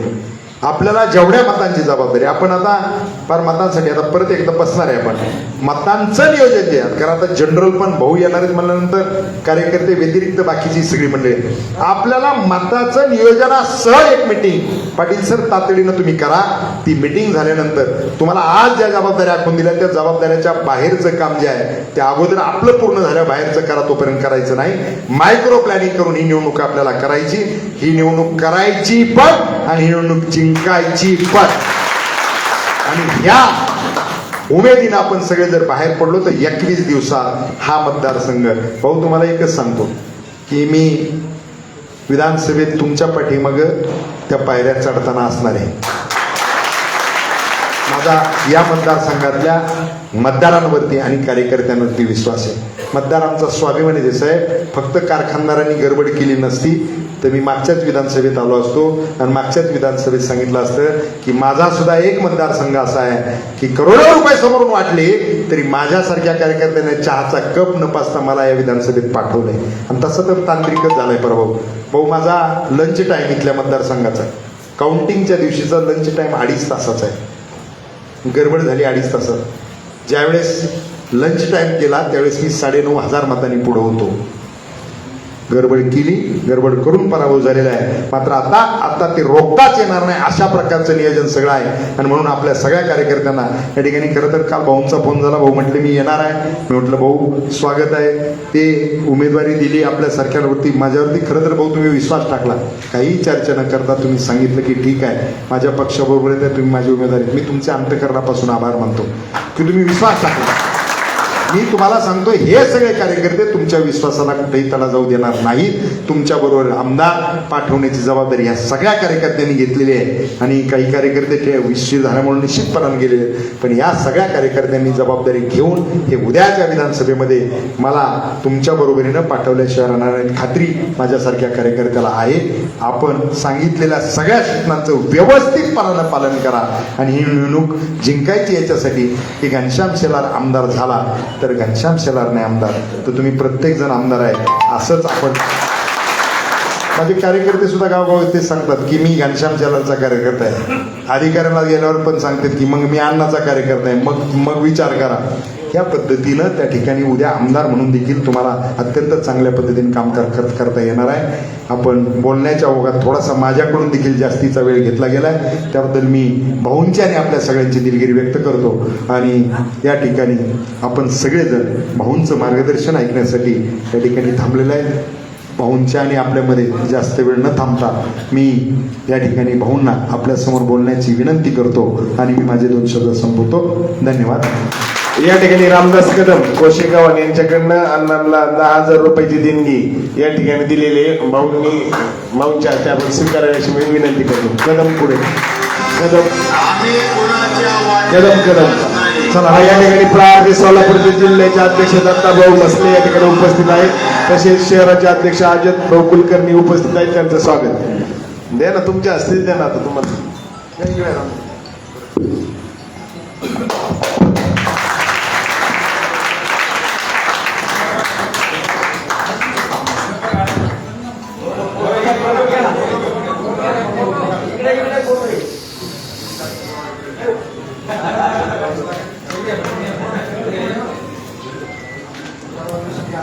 यानंतर भाऊ आपलं मनोगत व्यक्त करतील. आपला भिडो भाऊ म्हणते तुमचे लोक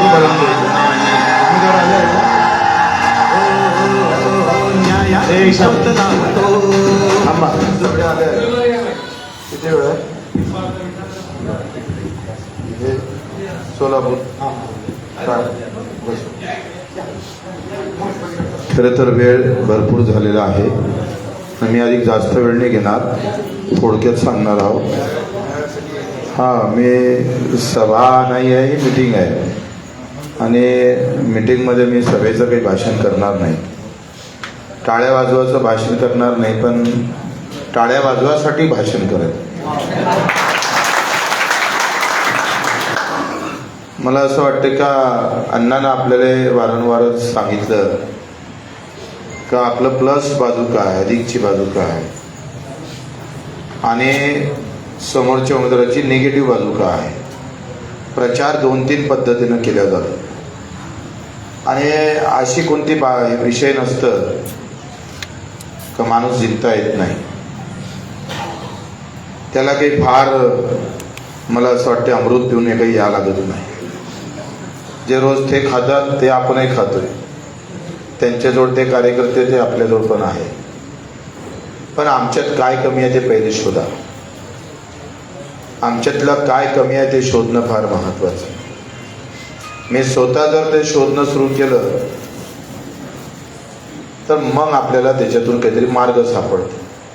बरेच जण आपलं प्लसच शोधत राहतं, माझं काय चांगलं आहे, माझं काय अधिक आहे, मी किती शक्तिशाली आहे. आणि मग त्या शोधण्यामध्ये आपला जो अहंकार वाढतं त्याच्यामध्ये माणूस पडतोय. आता आपण गावागावातल्या माणसांना मतपरिवर्तन करायचं आहे आणि ते मतपरिवर्तन अनेक प्रकारे होते. पैशाच्या माध्यमातून होते, जातीच्या माध्यमातून होते, धर्माच्या माध्यमातून होते, पक्षातून होतंय किंवा वेगवेगळे आमिष दाखवून सुद्धा मतपरिवर्तन होतं. आणि काही मतपरिवर्तन हे भावनेतलं होतं. मत देण्याचे अनेक टप्पे असतात जसे मी सांगितले. पण एकाच कारणानं लोक काही मतं देत नसतात. मी 20 वर्ष लढतो आहे आणि बगर पक्षाचा लढतो, बगर नेत्याचा लढतो, बगर झेंड्याचा लढतो आणि बगर पैशाचा पण लढतो. त्यासाठी दमदार कार्यकर्त्याची गरज. त्याच्या मनात, डोक्यात, पायाच्या बोटापासून तर डोक्याच्या केसापर्यंत निवडणूक झंझारली पाहिजे. तुम्हाला माहित आहे का, एकदा माणसानं ठाम भूमिका घेतली का अनेक किल्ले, अनेक विजय आपल्याला हाती घेता येतात. छत्रपती शिवरायाने 7 मावळ्यापासून हे स्वराज्य सुरू केलं. 7च मावळे होते म्हणून, आणि 7 मावळे डोक्यात घेतं आणि स्वराज्याची स्थापना होतं. ही गोष्ट काही अन्यसाधारण नाहीये. तुम्ही सांगा, त्या काळामध्ये किमान 10 लाखाचं सैनिक हे आदिलशाहीचं होतं, 20 ते 25 लाख निजामशाहीचं सैनिक, 50 किलोमीटर होतं. 50 किलोमीटर. मोगलांचं किमान 50 लाख, कुतुबशाचं अल्लगली. आणि मग निजामशाहीतलाच किल्ला हाती घ्यायचा आणि स्वराज्याची सुरुवात करायची. ही काही लहान गोष्ट नाही आहे, थरकाप आणणारी आहे. पिक्चरमध्ये दाखवू शकत नाही अशी अवस्था आहे. त्यातले जुने जाणकार लोक असे म्हणतात की बाबा तुम्ही 7 लोक जाणार, उद्या ते चढाई करून येणार, आपलं काय शिल्लक राहणार आहे. आपल्यावर किल्ला नाही, लपवायला काही नाही, शस्त्र नाही, अस्त्र नाही, काही नाही. आणि तेव्हा जिजाऊ उठून उभी राहतं, नसू दे काही, हिम्मत आहे ना, बस जिंकल्याशिवाय. 2 गोष्टी माणसात अतिशय प्रामाणिकपणे पाहिजे. एक तर सामान्य माणसाबद्दलची प्रामाणिकता, त्याच्याबद्दलची आस्था, आणि दुसरा हिम्मत. 2 असलं का लढाई आरपार करता येते. 2 गोष्टी फार महत्वाच्या. कार्यकर्त्यांनी लक्षात घ्या का एक मत ते का भेटत नाही. मत मी जिल्हा मध्यावरती बँक लढलो, मला सहकार क्षेत्राचा काहीच संबंध नव्हता. एक सोसायटी माझ्याजवळ नव्हती आणि आम्ही लढत, तो आमचा धंदाही नव्हता. फक्त ह्या विधानसभा लढत गेलो, जिल्हा परिषद लढतो. पण आमच्या अध्यक्षानं शेतकऱ्याला कर्ज घेण्यासाठी घरी बोलावणं सुरू केलं. मत देशील तर कर्ज देतो, मत देशील. म्हटलं कर्ज देणं उपकाराची थोडी व्यवस्था आहे. कर्ज देणं धंदा आहे, ते काही कोणावर उपकार नाही. अनेक बँक आहे, अनेक बँक कर्ज देतो, उपकार थोडे करतो. आम्ही उपकार करतो बँकेत. आम्ही कर्ज घेणार नसले तर बँक चालतं कुठं. आणि मग जेव्हा अशी व्यवस्था ज्या जिल्हा अध्यक्षांना आणली आणि त्याच्या विरोधात मग आम्ही बंड करायचं ठरवलं. 5 सोसायट्या फक्त आमच्याजवळ होत्या कार्यकर्त्यांच्या. 45 मतं होते बँक प्रतिनिधींचे, 5 त्यांच्याकडे 40. कोणी हिंमत करेल का? कोणी असं डोकं, ते मी राज्यमंत्री असताना आम्ही त्याचा सगळा कागदावर अभ्यास केला. 13 सोसायटी, एका सोसायटीत 13 सदस्य. 13 मध्ये किती आपल्या काय सगळ्या बारीक फोन करून, पहिले फोनच केले फक्त, आणि त्याच्याकडून त्याच्या त्या फोनवरून आयडिया घेतली की याचा त्या नेत्याबद्दल किती विश्वास, हा किती त्या नेत्याचा किती आपला तपासणी झाली, तपासली, आणि त्याच्यातले आम्हाला कळलं का इतके बाहेर निघू शकतो. मी सांगतोय 5चे 19 गेले, शेवटचे 3 राहिले. 3 शिवाय मी निवडून येणार नव्हतोय. ज्यांच्या गाडीत आजूबाजूनं 2 बसले राहत जाय ते 3 जण फोडले आणि बच्चू कडू 5 वरून 21 वर निवडून. नियोजन फार महत्वाचं आहे. टेबल प्लॅन इथून 300 वर्ष अगोदर लोक टेबल प्लॅन करायचे. तुम्ही जर पाहिला असतो ना, आता ते कुठला तो काय म्हणते पिंड धरून वरते जातो, त्या धबधबा पडतो वगैरे, कोणता पिक्चर आहे तो? बाहुबली पिक्चर मध्ये पाहिलं तर त्याची युद्धाची रचना आहे. तुम्ही पाहिला असेल तर बघा रचना कसं आहे. आखरी नियोजनामध्ये परफेक्ट जर माणूस आला, म्हणजे सांगितलं ते जर कार्यकर्त्यानं केलं तर निवडणुका सोप्या होऊन जातात.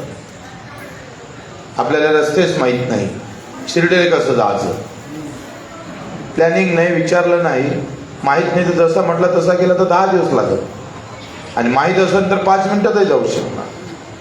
आखरी कोणतीही गोष्ट नियोजनाशिवाय काही शक्य होत नाही.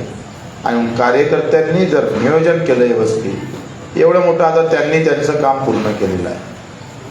अण्णानं कामात काही कसर ठेवली का 5 वर्षात? तुम्ही मला सांगा का अण्णाने यांना भेटलेच नाही, यांना आलेच नाही, अण्णा सुखदुःखात कधी फोनच उचलला नाही. मग अण्णाचं काम आता इथं संपलेलं आहे. आता तुमचं काम सुरू झालेलं आहे. आता तुम्हाला सांगायचे काम पडलं नाही पाहिजे. हा, अण्णा चुकले असते तर तुम्ही म्हटलं असतं काय आता तुम्ही अण्णा 5 वर्ष झोपले होते ना, आता आम्हाला काही उभं करायला लावता का? हा, हे झालं नसेल तर कार्यकर्त्याची जबाबदारी वाढली आहे. आपल्या नेत्यानं, आपल्या माणसानं जर एवढं जीवाचं रान करून 5 वर्ष सातत्यानं जर आपण ते सांभाळलं असेल तर आता तुम्हाला सांभाळावं लागेल. 21 दिवस काही जास्त दिवस नाही आहे, पण मनात जर घेतले तर त्याचे 2142 दिवसही करता येते, ते 100 दिवसही करता येते. तास वाढवावं लागेल, मिनिटं वाढवावं लागेल, आणि दिवसाला मोठं करावं लागेल. दिवसाला मोठं करता आलं पाहिजे. मी 3 रात्री झोपलो नाही आज, सतत 3 दिवस झाले. 3 रात्र फक्त गाडीत, फक्त 4 तास कुठंतरी त्या गाडीत झोपलो असेल. अजून गादी शरीराला भेटली. झोपता अण्णा गोष्टी सांगता सांगता मला डुलके आले. अण्णा म्हणे तुम्ही पुढची मागं करा आणि झोपा. आता मित्र, हे कशासाठी आहे? मुख्यमंत्री व्हासाठी, मंत्री व्हासाठी. अरे 75 वर्ष माझ्या शेतकरी मजुराची लूट झाली. भाजप काय काँग्रेस काय याचं बजेट बदललं नाही, ते बजेट बदलासाठी लढतो. माझ्या गावात 100 रुपये जेव्हा येतं, ते 100 रुपयातले 75 रुपये हे श्रीमंत माणसाकडे जातात, करप्शन होतं, आणि 25 पैसे रुपये फक्त मजूर कष्ट करणाऱ्या कामकऱ्याकडे. मी का असं म्हणतोय का भाजप आणि काँग्रेसमध्ये फक्त झेंड्याचा फरक आहे, चिन्हाचा फरक आहे, विचाराचा काही फरक नाही. म्हणजे भाजपवाल्यांनी लाडकी बहीण दिली 1500 रुपये म्हटलं, आणि राहुल गांधीनं 2000 देतो म्हटलं. फरक काय तुमच्या? अरे कोण लाडकी बहीण मागितली होती? आम्ही उसाले भाव मागितला होता, आम्ही दुधाले भाव मागितला होता, आमच्या गावातल्या रस्ते नाले, आमचे पाणी मागितलं होतं, ते तुमचे कोण देणं झालं नाही. आणि मताच्या पोटी तुम्ही खिशात डायरेक्ट पैसे देता येत नाही, म्हणून तिजोरीतून तुमचा पक्ष मजबूत करण्यासाठी पैसे घेत असाल तर ते हात फोडण्याची भाषा जनसामान्याने केली. सरकारच्या तिजोरीतूनच पक्ष मोठा करण्याची जी व्यवस्था निर्माण केली आहे त्याला आम्हाला तोडायचं आहे. एक विचार आहे, विचार माणसाला मोठा करतो, पद माणसाला मोठे करत नाही. आणि म्हणून तुम्ही आमचं नियोजन काय? मी उद्यापासून झोप लागता कामा नये. रात्री दिवस तुम्हाला गाव दिसलं पाहिजे, गावातला मतदार दिसला पाहिजे. राष्ट्रवादीकडे जाणारा मतदार किती, काँग्रेसमध्ये जाणारा किती, भाजपमध्ये जाणारा किती, काय केल्यानं तो माझ्याकडे येतं. माझ्या गावातला मतदारसंघातला अपंग बांधव होता, एकटंच होतं त्या गावात कार्यकर्ता, आहे भेटायचंच नाही. मोठ्या मुश्किलनं एक अपंग तयार झाला. 500 मतं, आणि 500 मतामध्ये माझं एकच कार्यकर्ता होता. त्याच्या कुटुंबात 70-80 मतं होते. योगायोगानं ग्रामपंचायतची निवडणुका विधानसभेनंतर लागणार होते. गळ्यानं अक्कल लढू दे, इच्छा असेल तर मार्ग सापडतो. कोणाला तानाजी होता येतं, कोणाला बाजी होता येतं, पण मनात पाहिजे ते सगळं. त्या गळ्यानं त्या सरपंचच्या दोनही गटाले मिटिंग घेतली आणि गळ्या तू त्याला काँग्रेस सोड, तू भाजप सोड, तुला जर निवडून यायचे असेल तर 70 मतं माझ्याजवळ आहे सरपंचासाठी. तू बच्चू कडूले मत मार, मी तुझे 70 मतं दिल्याशिवाय राहत नाही. एकट्या कार्यकर्त्यानं 350 मतं दिले भाऊ, एकट्या कार्यकर्त्या. तह केला, राजकारण बोलतेच. ते मोठ्याले जमते असं नाही, शरद पवार साहेबाला जमते असं नाही. सामान्य कार्यकर्ता पेटून उठला तर तो शरद पवारचा एक बाप करू शकते, आणि त्यानं मांडणी केली, तिथं बोलणं झालं. आणि जो उतरला त्याला सांगितलं पुरे मत माल्या विधानसभेत बच्चू कडूले मार, तू 70 मतानं ग्रामपंचायत मध्ये मी तुले मत मार. ही कार्यकर्त्याची जात आहे. याला कार्यकर्ता मला बसवलं नाही, मला फोटो टाकला नाही, मला नाव घेतलं नाही, मी बच्चू कडूच्या गाडीत बसलो म्हणजे मला जमलं. आमचा नेता जर त्याग करत असेल तर माझी भूमिका ते त्यागाचीच पाहिजे. आता मी इकडे पुऱ्या महाराष्ट्रावर फिरतोय. मी माझा मतदारसंघ सांभाळून, माझ्या मतदारसंघामध्ये भाजपच्या खांद्यावर काँग्रेस सवार आहे. भाजप काँग्रेसला मत मारणार आहे, आणि तरी सुद्धा मी महाराष्ट्रावर फिरतोय. कारण महाराष्ट्राचं राजकारण अस्थिर आहे. कोणत्या वेळेस घाव मारायचा हे छत्रपतीनं शिकवलं आहे मला. कधी म्यानमधून तलवार काढायची छत्रपतीने शिकवलंय. आज महाराष्ट्रात अस्थिरता आहे.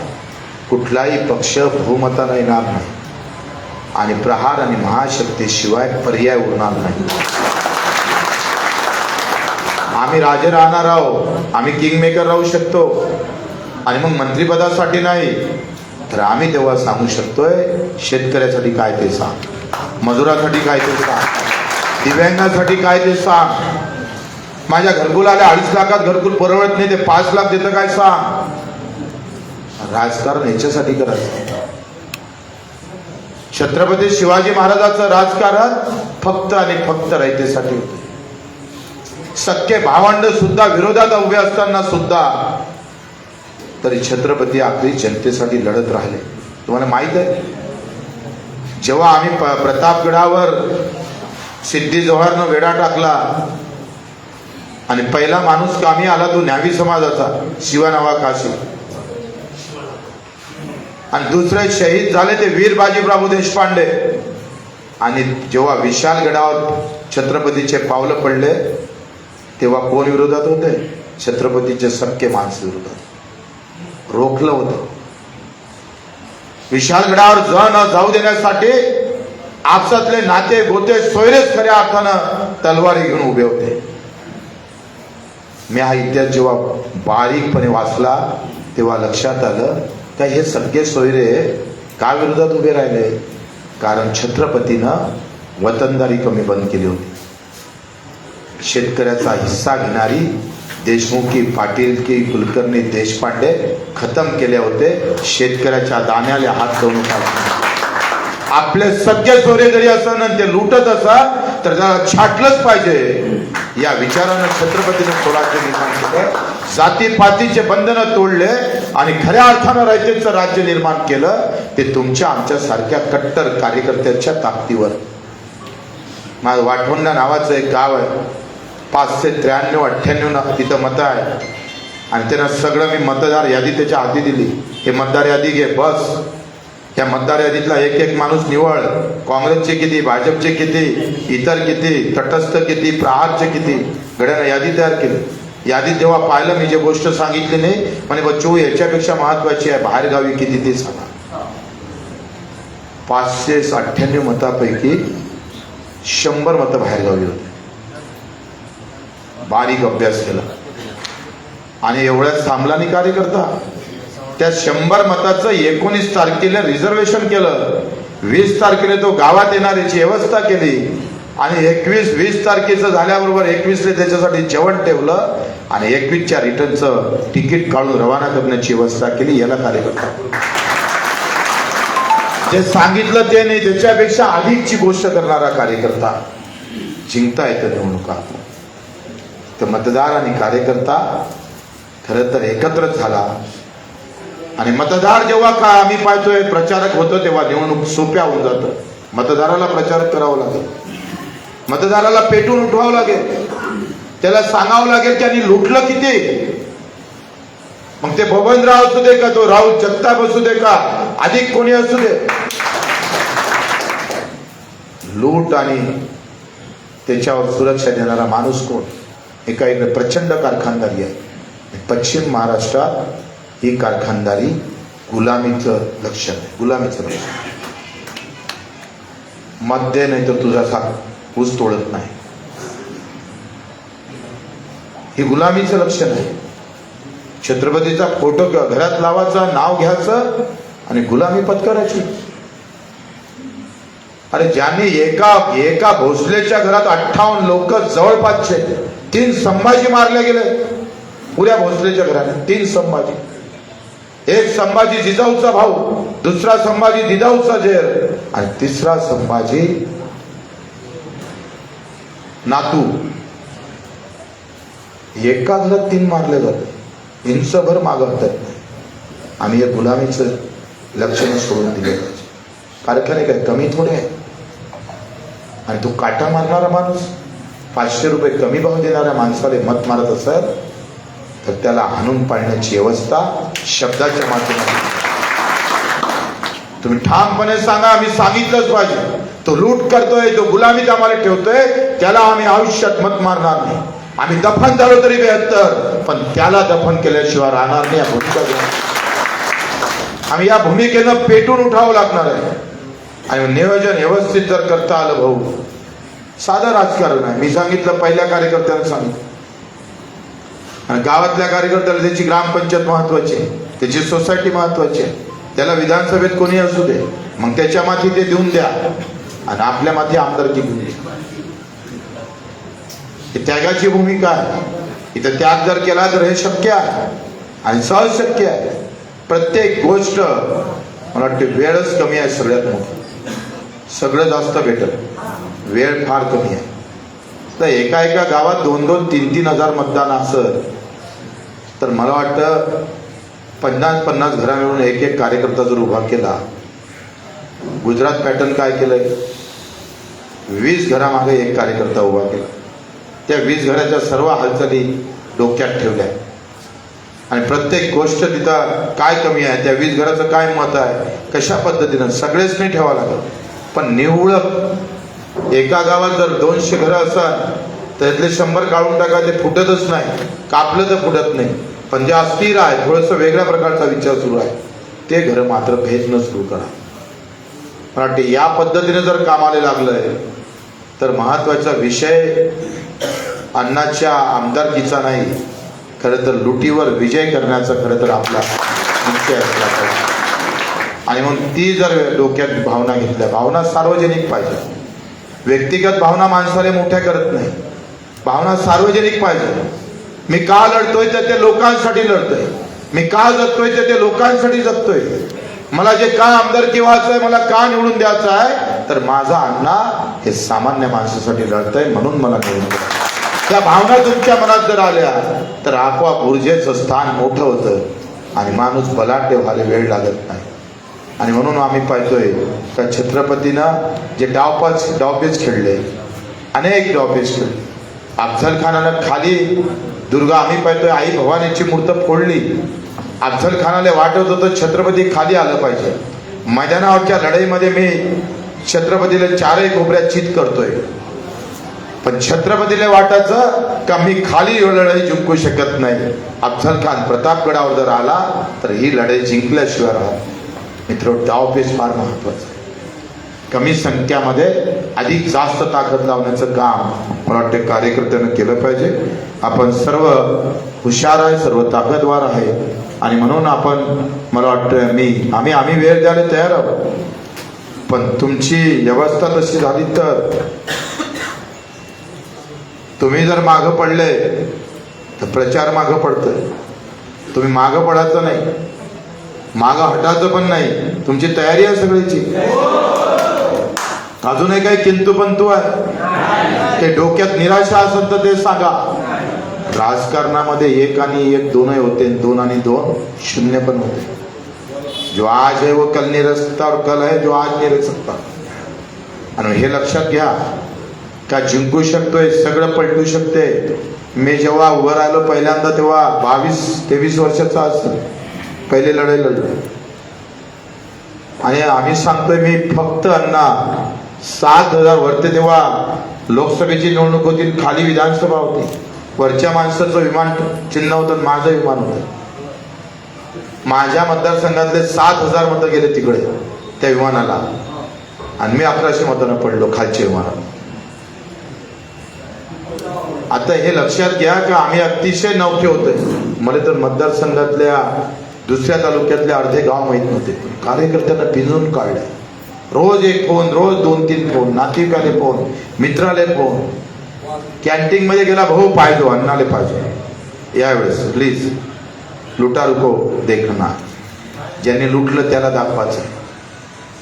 मन में आना चाहिए, भीतर नहीं आता है तो कोई काम की बात नहीं.